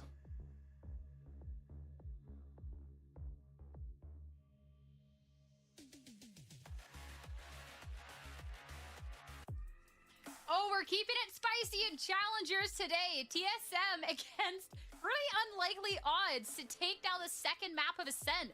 A little bit of a troublesome map for them for a while to take us into a map 3 to find out who is going to be moving on to Ascension and who gets eliminated. Don, I mean, this was crazy. Crazy indeed. I mean, we've come to expect the scrappiness from TSM, but this was a much cleaner map from them. A nice solid 9-3 defensive half sets them up for an attack side that started to look a little scary towards the beginning. MXS getting that pistol, starting to build that momentum, getting several rounds in a row, but good timeout from the side of TSM. Those are some good really times in gaming, man. Things were so simpler then. Started to scale now I'm just sitting here reminiscing. And bust out onto the A side really effectively, and that really set up for the TSM victory there. Good times. Really well done by TSM, a lot less dirty than we typically see from them. These guys were looking on point. I mean, Sin with that rifle, or I'm sorry, with that sniper rifle was just looking insane. Really hard to contest with that when you're trying to enter onto the bomb site. He's looking down the operator scope at you. Yeah, honestly, really even in the head-to-head between the Jets, but neither of them actually has a huge impact outside the start of the round. I mean, Sim and Mata are involved in like 10 and 11 affairs. I mean, to be fair, I had only kind of like just gotten into the community when it seemed to be more on the downturn. Because at the time I was console only. TSM are and love to take these duels. They're clearing so we got access late anyways. Really good. It took a little while to get them rolling, but because they had such a solid defense, mostly because of a proto being basically unkillable over on that A side, they're just going to win themselves like a few I had been rounds, around as a viewer for a while, though. They really hammered that site. They put a lot of especially pressure on when I was playing. I was Gen, everywhere on and Twitch. A couple of times they cleared out Mata for free, who was trying a few different that was things. When like little man was like or, little. You know, trying to play around sort of one ways that were thrown up towards tree here. So TSM looked very, very well drilled, and this is another map that is, let's say, made its way back into their pool. Ascent can always have that volatility of just, you know, what team sort of turns up on the day, and you can see here individuals really ruled the roost. But it's another situation where Mata is taking a backseat to the rest of his team. Again, it's Vic Brock and I am still surprised that step up. Unfortunately, it just wasn't enough to get them over the line. Because they still have the servers open for that, don't they? And I think there's a lot to like they brought back a team, and then like don't they like still do updates on it? On defense, as much as she is a sentinel, Don, we really feel like she's very powerful. It's just crazy that they completely abandoned it. You have to time it. Came back, did minimal work to it, and that requires you to get info. You have one less info gathering agent replacing them with a no, sentinel. are they really? And it can be hard to do that safely and to make good rotations. Surely just a handful, right? Yeah, that's right. You're forgoing an info initiator agent when you're going for that deadlock pick. So your rotations have to be on point. You have to really understand what they're doing and be in the right place to use that utility. It's strong util, but it's like 81 viewers. It could be really you guys being here, man. You know, won't be live. I might be live one day. I didn't want that. Up at MXS, kind of looking at a nice spot to kind of closing things up. That's crazy. TSM got their variants. They really did not let go of them at Uber, calling back to 1 round 2. They're so aggressive, and MXS, like, just kind of putting themselves out a little bit, and TSM are taking full advantage. Oh, I don't know. Whoever was at the top. Round, but they get hit by a 0 point stuck in wine. I just clicked into it, and my thing automatically started talking. I didn't want to mute site. And they washed them away. We talked about it. Otoshima really struggled to play from Gen effectively because quite often Sim is dashing onto the side and trading himself out quite happily after, for example, in that round, they got a free kill essentially on Mata, and now able to just wash away the side. Otoshima doesn't have time to put down a barrier. He doesn't really have the ability to make trap plays happen with the GravNet because they're playing quite passively and they're not really fighting for that AMA, and outside of, you know, Mata maybe hoping to catch some people and dash in. As soon as, and look, that 0 point It's crazy. It feels like I remember a whole bunch of streamers from there all went separate ways to different games. And now that I think about it, I don't think I rarely see any of them ever streaming these days. Find an opening to pivot into some attack side round wins, get 4 in a row. And I catch Crippler from time to time. I mean, we'll have to see for MXS if they can kind of pull themselves together now looking at map 3 in the series. Because reminder, this is do or die. Loser, gotta get nothing. Winner. But he doesn't really stream like that for these days. And even then, now that I think about it, I don't even know if he's been streaming recently. It's kind of something that I don't know. There's been a lot of kind of changes in the composition, just kind of tweaking here or there. I'll see K Donnie on from time to time. It seems to be terrifying when this is now your chances of moving on the line. Yeah, they're clearly, trying a couple different things, seeing what's going to stick for them. Yeah. But I think in particular, they've shown a willingness to put their duelists on different agents, right? They obviously trust him a lot to get the job done and be a utility that they can use for the team, no matter what agent he's on. And it shows a lot. Because like A-Town and Banana West, I believe, they were doing the Sea of Thieves things for a while, if I remember right. He obviously is coming into the finals with some of the highest, if not the highest. Is like K actually your brother or like best friend no brother? No matter what agent he's on. And then on the other side, you have TSM, who we don't really know what they're going to run. They played a Haven match early in the season, but they've obviously been working on their map pool. They were banning Haven for a while. Now they're not banning it. They've been floating it.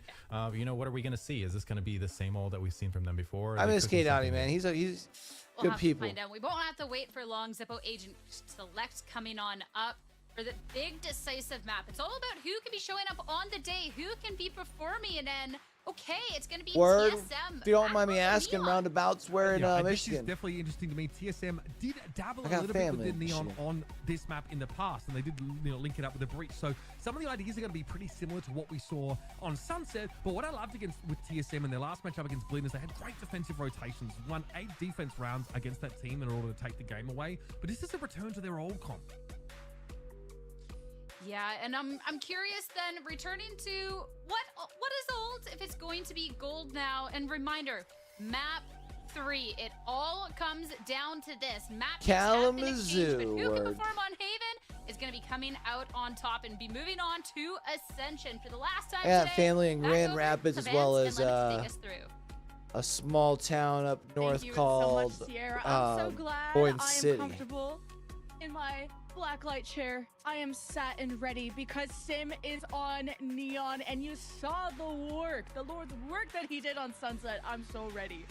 Lemon Kiwi, what does it look like? The chair is tiny for me, and yours is like XXL size. Well, they got to treat a queen, right? They gave you the good one. They gave you the travel.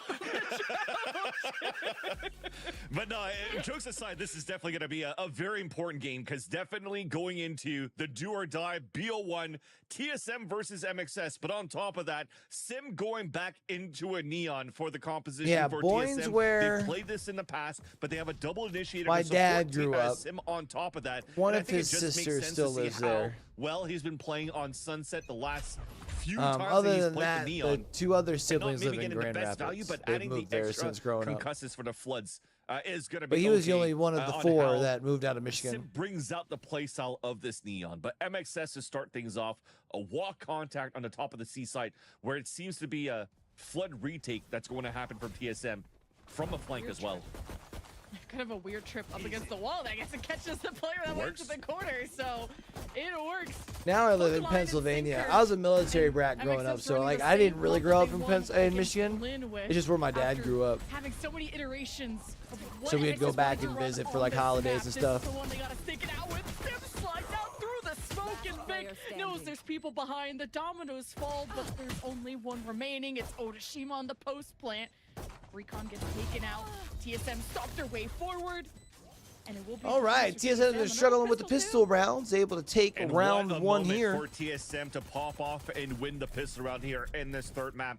Pretty much, they're going to have to set the tone heavy on defense. TSM has been playing throughout the stage 1 and luckily for them, defense is their strong suit. Always in the mid pack, always potentially the Giant Slayers, but never took them down. Was always able to take a map, never take series at this point. But now when it matters the most, going to the playoffs, they knock out the top dogs like OXG, and they're able to make it through now at this point.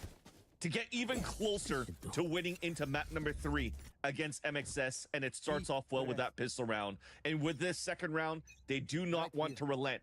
Potentially another walk down, but it's a smoke instead for the choke to start things off. And 2 players just holding down towards B. So we're weak side towards A for TSM, and it's a great start for MXS if they want to continue their tempo in this area. Just gunning it down mid. Even Psycho said, like, both these teams really trust in their duelists to play whatever agent they want. Mata on his best. All right, come on, make a play here. Sim back on the neon. Let's see, the longer you take to push on, they're going to start entering on the backside site. He's going to see what he can get away with this map. His boys catches someone peeking, but there's a lot more around the corner than he expected. And then just 7 gets hit by a shock bolt. That's funny. That makes sense. We'll play with only 2 bodies. This TSM have GMD with an SMG too. I could get around this. And Sim with high gear. He really wants to just run it down on MXS. And I guess the one way works out in favor of MXS as they can just wait and see. Brock with 3, but a Proto with the last left. And wow. The defuse for TSM. A Proto once again. All right, we're gonna stand up here, chat. Where I need to we were a little bit discoordinated, not coordinated rather, into TSM for the retake when again it's players running ahead of utility, and the upgrade they had from the Bulldog from Brock almost won that there for MXS. In this eco that they had, only pistols coming through and a Proto. Sometimes it's not a sheriff, sometimes it's a ghost, and he'll still make it ring. So TSM able to stop the bleeding, but their bonus round is going to be abysmal now. And MXS has a great opportunity to even run away with this round with the How are my legs still sore from Saturday is what I want to know. Great couple of rounds, especially when TSM are that good on pistol.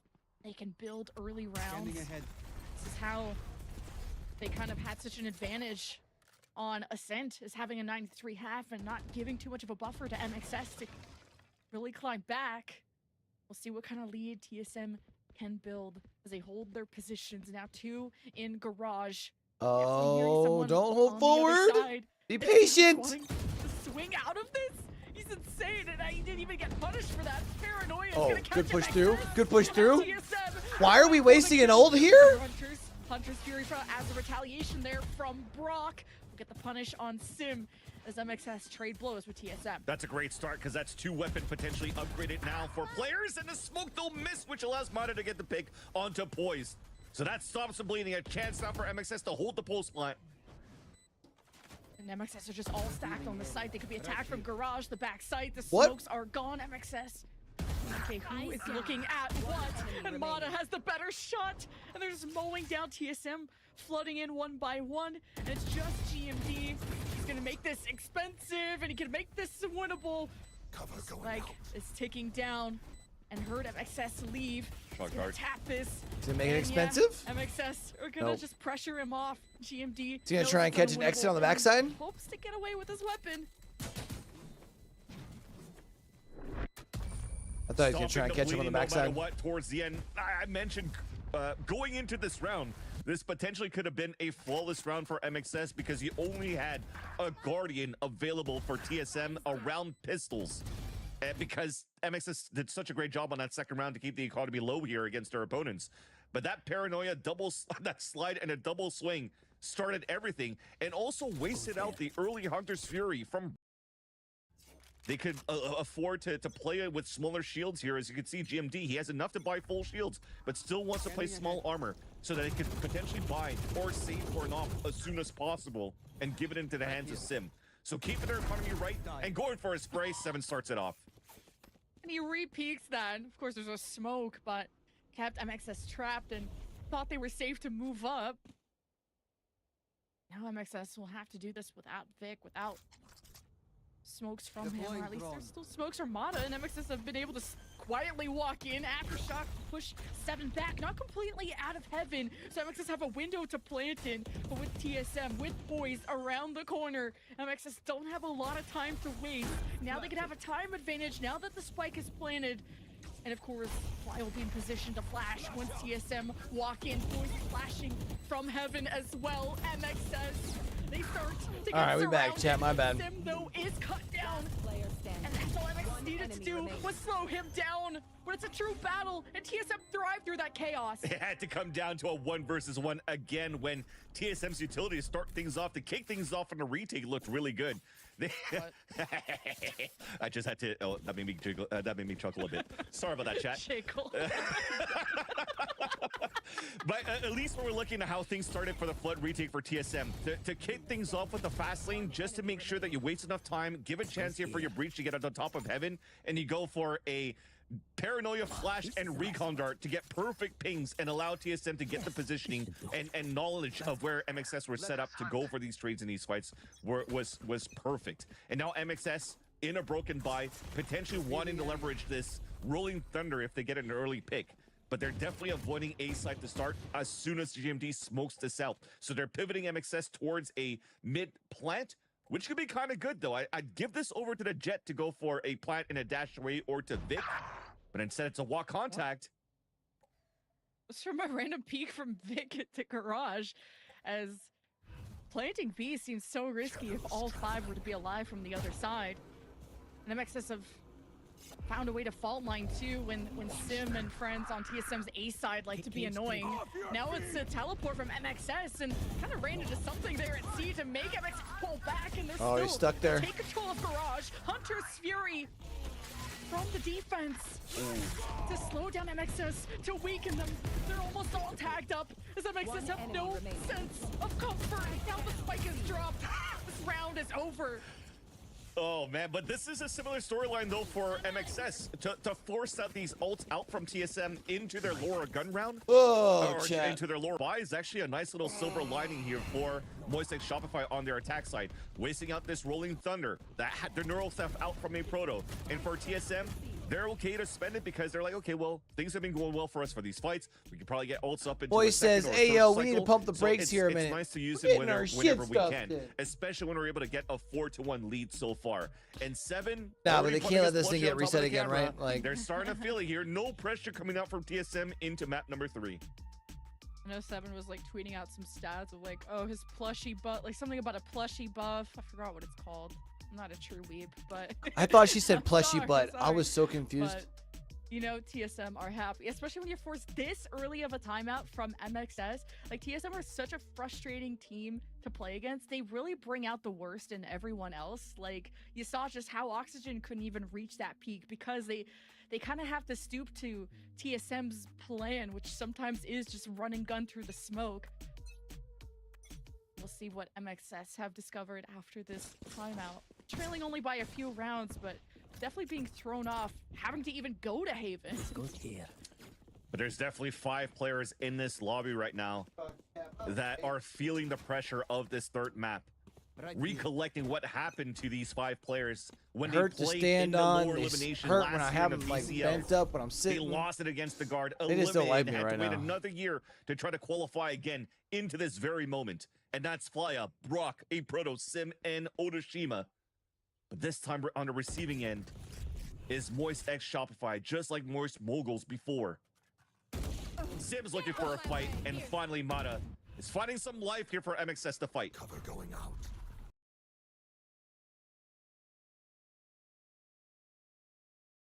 Good start for MXS. Yeah, maybe even a save to move forward here for TSM. Their economy's quite low.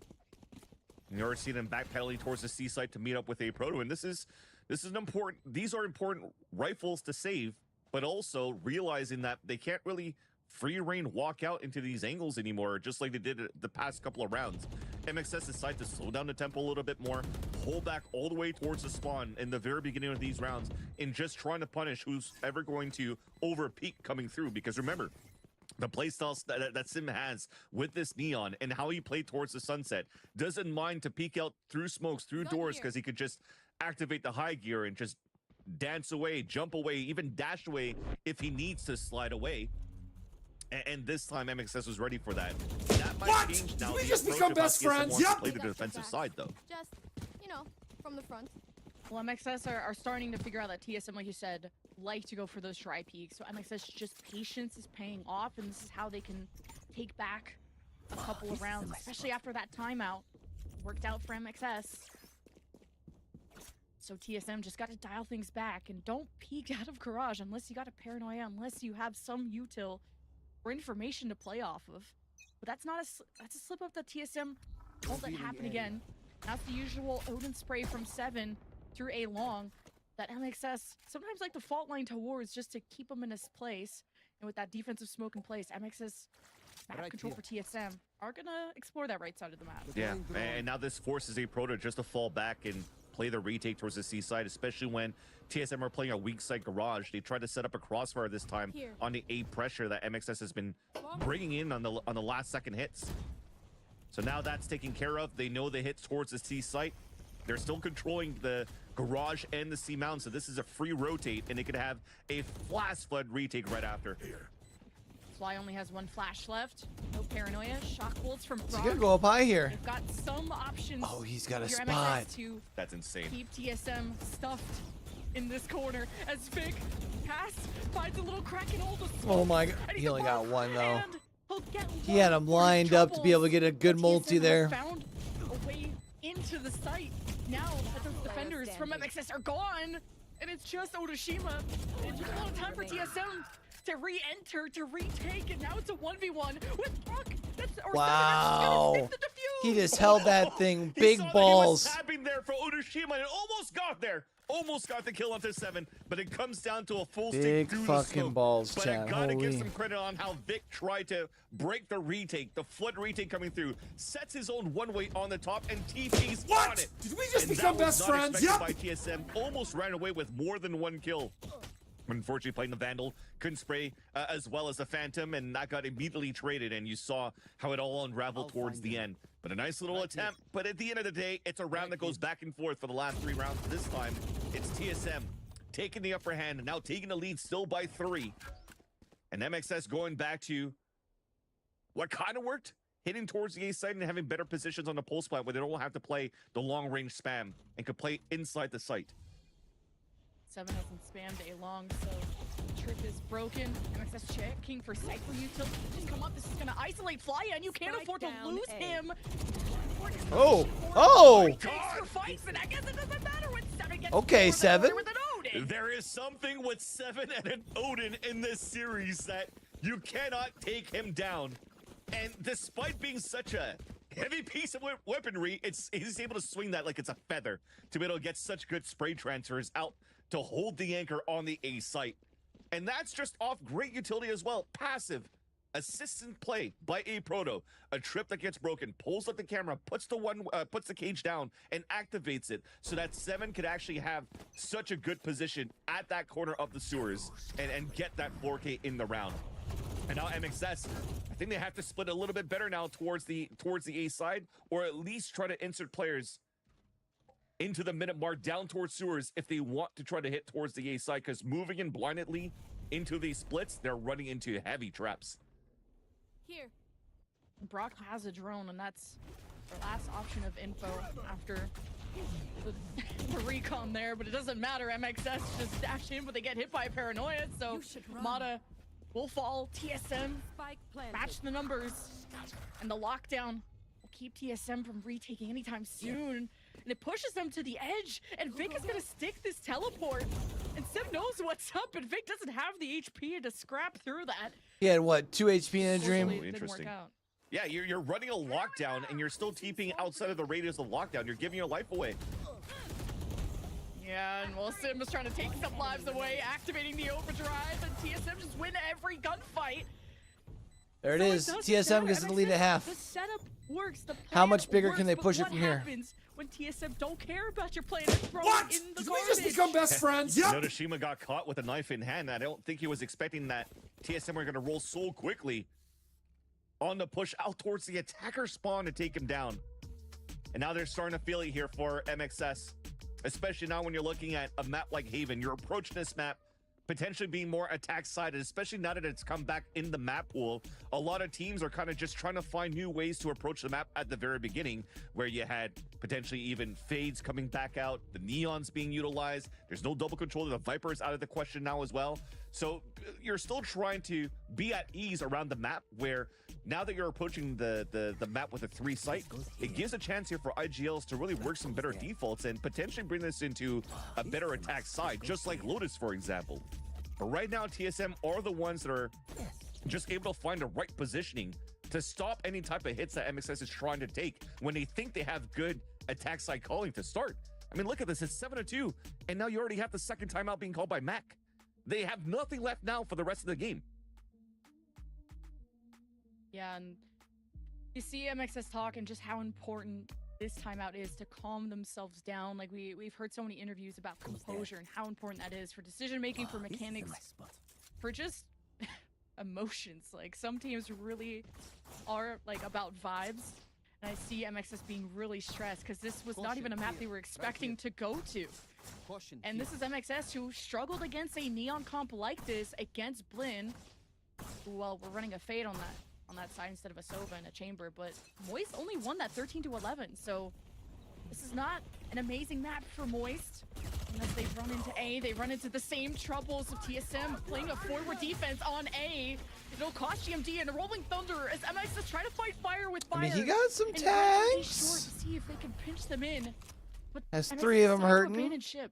Started off well, though. Vic with the TP across to break line of sight from the recon to get the first blood, but 3 of them just got pinged out by the Hunter's Fury from 7. So they're going to move in together. Yes, they'll get a plant, but they're going to be weakened now in the post plants. We might give a chance now for TSM again to fight back. Yeah, nothing off the Rolling Thunder, so MXS will drone into C, and that is a big pick to catch Sim on the flank. He's been a menace to them before, but you have this Odin from 7 that can just cause all chaos. Nada just is barely gonna get away with this play. No! Oh! And now Proto is online, and he as well. And Well, GG's chat. Otoshima in his place. TSM's about to come back and win this thing. I mean, I know they're winning now, but it's over at this point. In the first place. Yeah, and Proto, again, we talked about how he threw that Neuro Theft a couple of rounds ago when they were playing against the lower buy for MXS. This time on a 3 versus 1, still throws a Neuro Theft. Why not? With the way that he's playing, he might even get a 3rd one in the next 2 rounds to be able to get more value. But if not, that the Hunter's Fury that started things off and that kick-started things. And I wonder if he actually did it on purpose to let Mata stick the plant, because it was not planted for a long spray. So he could just tuck into that position and just diffuse it freely while his teammates are watching his back.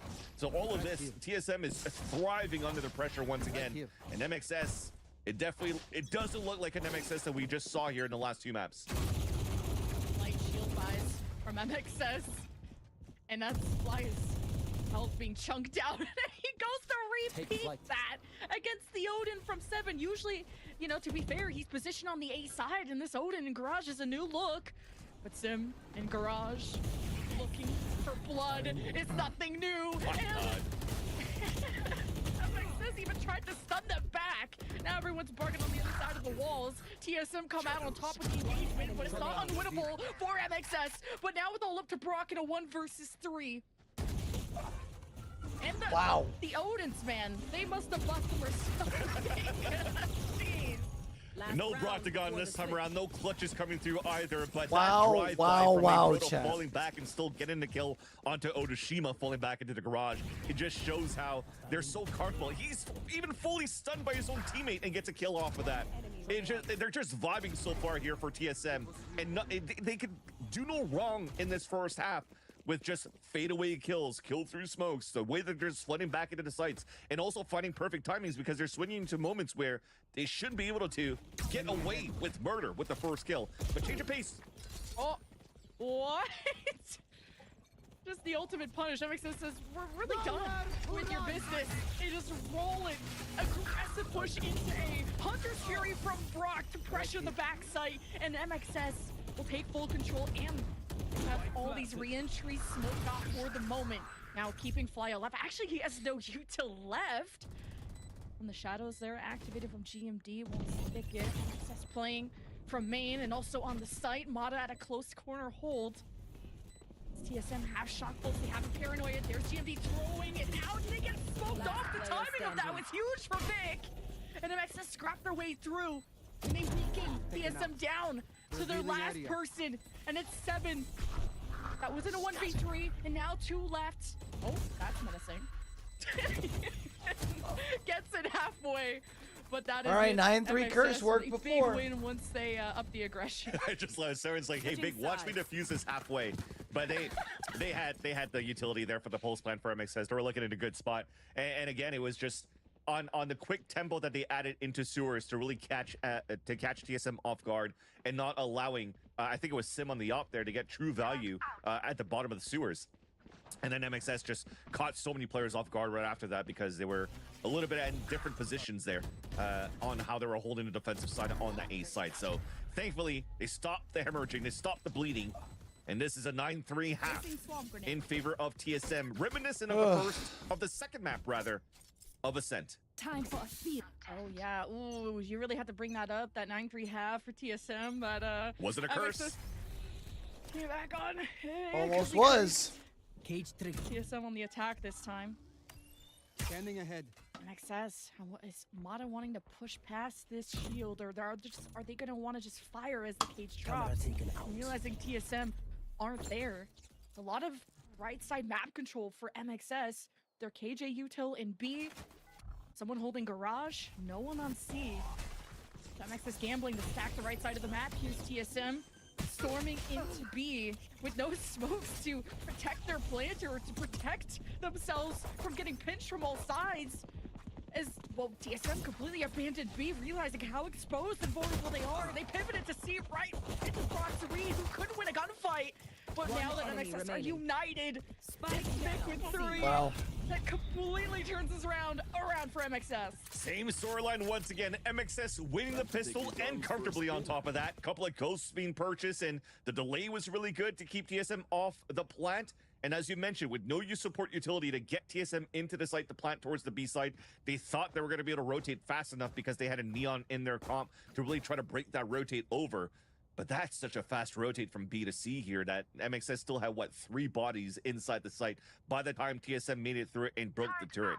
So now, Moistek Shopify have a chance once again to turn it around. This is going to be a full classic save for TSM. This, once again, could be potentially a flawless for MXS, which gives them 3,000 across the board, a strong bonus into the next round, where TSM, they're probably going to have a rifle round going into the next. I'm just looking at their econ to see if they want to go for an op onto Sim, but he went into a sheriff this round. They're going to try to leverage that to get an opener on their side. MXS is playing a distant battle, the one about information, and just slowing down the tempo until they know where the hit is going. Fault line, and Poise exposed himself out of the smoke, and GMD was there. No paranoia, nothing. So TSM are gonna see if they could collapse up these defenders and see Holy while they know where they are. But Vic is different. This is now back-to-back rounds where he gets to 3K. Yeah, he's definitely killing it right now for Moistek Shopify. Just got put into a blender. Holding on the anchor, holding on the C side, but that's 2 times that TSM have been working towards this side and sees that it's an Omen and KJ being set up on this C plant. So now they go for a tempo into the A site with an Odin in the hands of 7, and MXS is ready for it. They already have 4 players on this side. Fault line, smoke getting ready, trying to put their jet on the line from Mata, potentially even walking up with a stinger. But they are poised to fight this. Who is gonna stop Sim? Slows down right in the smoke. Mata, does he cross that threshold? And it's TSM just winning the battle, at least for A short, while MXS gonna make a good dent into A long. As Brock with an SMG sees someone in sewers and just, oh, the SMG's not gonna win that. A drone to see how pushed up he is. And Brock has to wait for Otoshima, who's still rotating from B. TSM have a 1-man advantage, and with that thing and the Odin, Brock is a sitting duck as Otoshima at least gets to some work done. Oh my god! 7 is stoic. Definitely stoic. He's reading everything to perfection. Yes, lost 3 more rounds, TSM. Almost missed the spray and almost lost the fight to Brock on a default. But after finally getting that kill and deciding to fall back because he knows he still has a lot of time to work with, decides to back up towards long A, still watch the angle against Otoshima, close down an angle and then wins that fight towards the end because he has an Odin spray to get the kill, is giving TSM closer to the victory, closer to the taste of moving up to Ascension. Well, hope that shock bolt was worth it. 7. It costed a bit of holes in the armor there from the Odin of Brock, as Brock will drone out of mid because of that smoke. Bottom set early in that round. TSM are nowhere to be found mid, and the push has begun for C with the speed of Sim. Nothing can slow them down except someone called Vic, and he has been incredible in the fragging department for MX6. But Brock down to 25 HP, plays off the paranoia, makes the call to Brock, sprays him down with the Odin. Are you gonna back down on this, or are they just gonna sit down long? TSM have to re-clear the drone. Gets about halfway. You don't see what's on the other side of that box. TSM are uncomfortable, and they're gonna leave. They're pinned. You already have to walk across. You have Mata holding inside the window with the op. There's nowhere that TSM can go so far unless they win these fights. Push by force. This Mata makes his way behind. The Odin is dropped. Like you said, TSM are pinned. They were hoping to just shoot through some of these. Oh, he missed. Would have gotten the pick onto that member in garage. Make the job a lot easier, a lot more doable. Now it's just a proto, but MXS could use every round they can get. 1v3 now. 10 seconds left. They can't hunt him down anymore. He's going to these isolated duels. He's gonna get a lot for his troubles, but ultimately an MXS round. I was gonna say they can't really hunt down these kills so far. Well, I guess because after they that they were got able to the salvage an Odin and an operator, op back, so they could still have a pretty decent buy around. But if not, losing an extra player as they were trying to hunt him down, that would have been very dangerous going into this round. But at least there's one thing that's really good for MXS so far. TSM on fire on the seaside anchor. Right now for TSM, with the amount of times they've been attempting to hit towards the seaside and get fully denied by Vic, they might start thinking about working different parts of the map, going back into a B hit, going back into an A hit. But what this means is that you could start stacking more players around for MXS to heavy hold in those areas, because you kind of know that Vic could just get a 2 or 3K because he's just feeling himself towards the seaside. So TSM now, that might be a call for them. It's like, okay, well, or we try to figure out a way to really take down Vic, or we have to work a different part of the map. And MXS, I think they're ready for this one. 7 is so locked in. 23 kills after 16 rounds. Are you serious? Really clutching up for the team, because sometimes it really does come down to not playing A, not playing B, but the all-out scrap that happens on this site when all the cards are on the table. And TSM, we said they're this chaotic team because those moments they know how to aim under pressure, to say the least. But MXS only trail by 4 rounds. And TSM have both their timeouts. Well, after that one, only one, but come into the TSM unknown. Now they can adapt, and they're gonna try and overcome yet another top team in challengers. Hopscotch play from Sim. He's done that before. Now the fault line coming from a short gets the attention of MXS, who all stacked in here with all the util. Who can react quicker? And Brock, damn, playing off the flash. Beautiful stuff out of MXS, and now the smokes to keep them divided, to slow down TSM, to maybe even divide them, but a proto.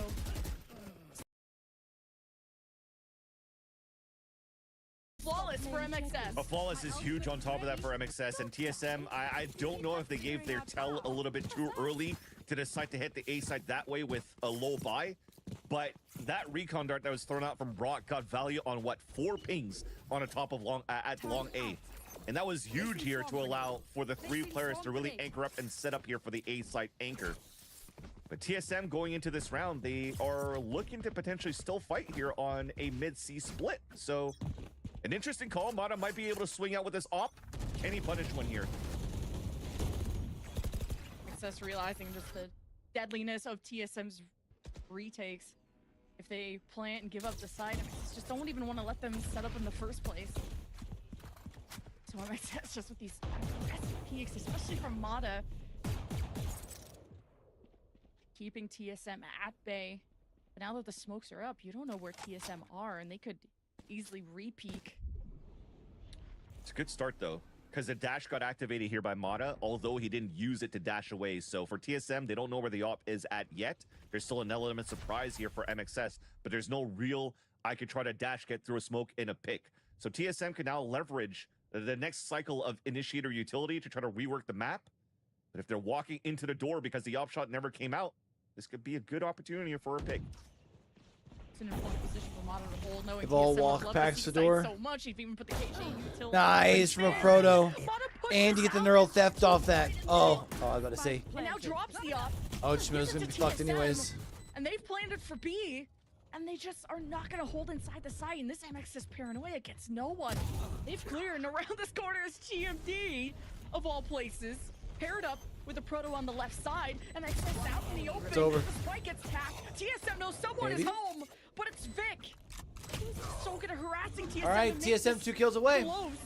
But it's TSM up to 11, 2 rounds away from Ascension. And MXS, we're never going to be aware of the second flanker being a Proto that you just called, because a Proto never swung out after GMD died. So a bait and switch for him to just be the final nail in the coffin to secure the round for TSM should somehow 7, with the way that he's been playing so far, didn't win that fight against the superstar Vic going into map 3 here for MXS.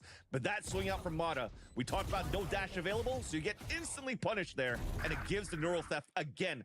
Great information out from Proto, a silent killer, and a silent piece of utility that's so useful for TSM to work the map so far in map number 3. Hunter's Fury from Brock early in the round. At the very least, would have gotten information on A long, or if they would have been even poised at the A side. So even though you get nothing, you get something in terms of information from Brock, and he still has the recon, still has the drone. If anything, now TSM have to re-drone and re-clear this whole area. NeuroKF doing that. Late Owl Drone, though, got dispensed at the minute mark. They can't really re-clear towards the A side because of that Owl Drone's gone. So they're going back into a mid to C hit on the side of TSM. Maybe trying to bait out and waste out Killjoy utility. Good enough for a full plant. Long bot chasing him down too. He Yeah, has a Sim chair. just got to do Tokyo drift around the site. TSM still have all 5 on the post play. There we go, TSM. Magic fingers. The Flash thinking he had the advantage and he had nobody to support him. Defenders locked down now from Otoshima to help MXS reestablish the middle of the map. That's crazy. And That's actually a risky ass play. roll through it. Now can play at the edge, and it's only Vic remaining. Wow. 1 versus 3. No way. He just gets sprayed down by 7-3 with the Odin. TSM are one round away from ascending. A team that lost to M80 in the upper quarterfinals 0-2 Wow. and went for the lower bracket run, beating SAT Esports, beating Collegiate Team Blinn, but then with the biggest upset against OXG are about to do the impossible by also upsetting another top Titan, being Moist X Shopify on this map of Haven. It all comes down to this with a Blade Storm around rifles, small shields, and a Rolling Thunder for MXS. All right, and let's see it, 5 chat. chances to move in and win the series for TSM. Will it be MXS falling over their shoelaces right at the finish line, just like they did last Ascension?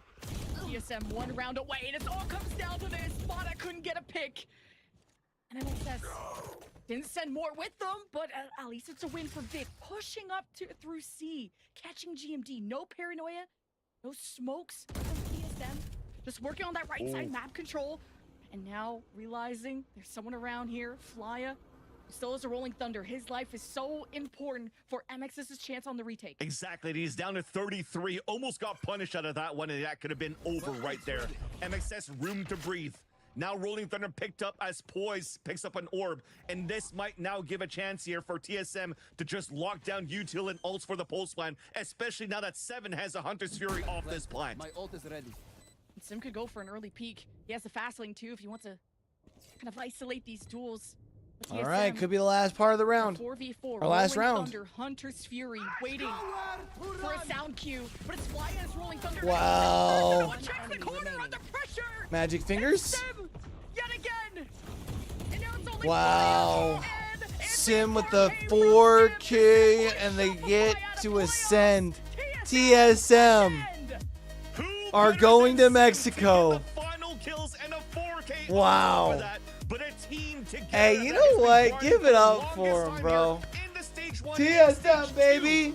Where nobody thought, nobody blinked an eye, and nobody ever brought TSM into the conversation that they could potentially ascend into the playoffs in Monterrey, Mexico. And here we are, TSM doing the impossible, proving people wrong, and now have defeated Voice and Shopify in a BO3. And from the first round of the lower bracket, TSM got sent here. All right, chat. I am going to try something here real quick. I'm going to try and stay online on Twitch. I'm going to try and shut down real quick on YouTube so we can pop live for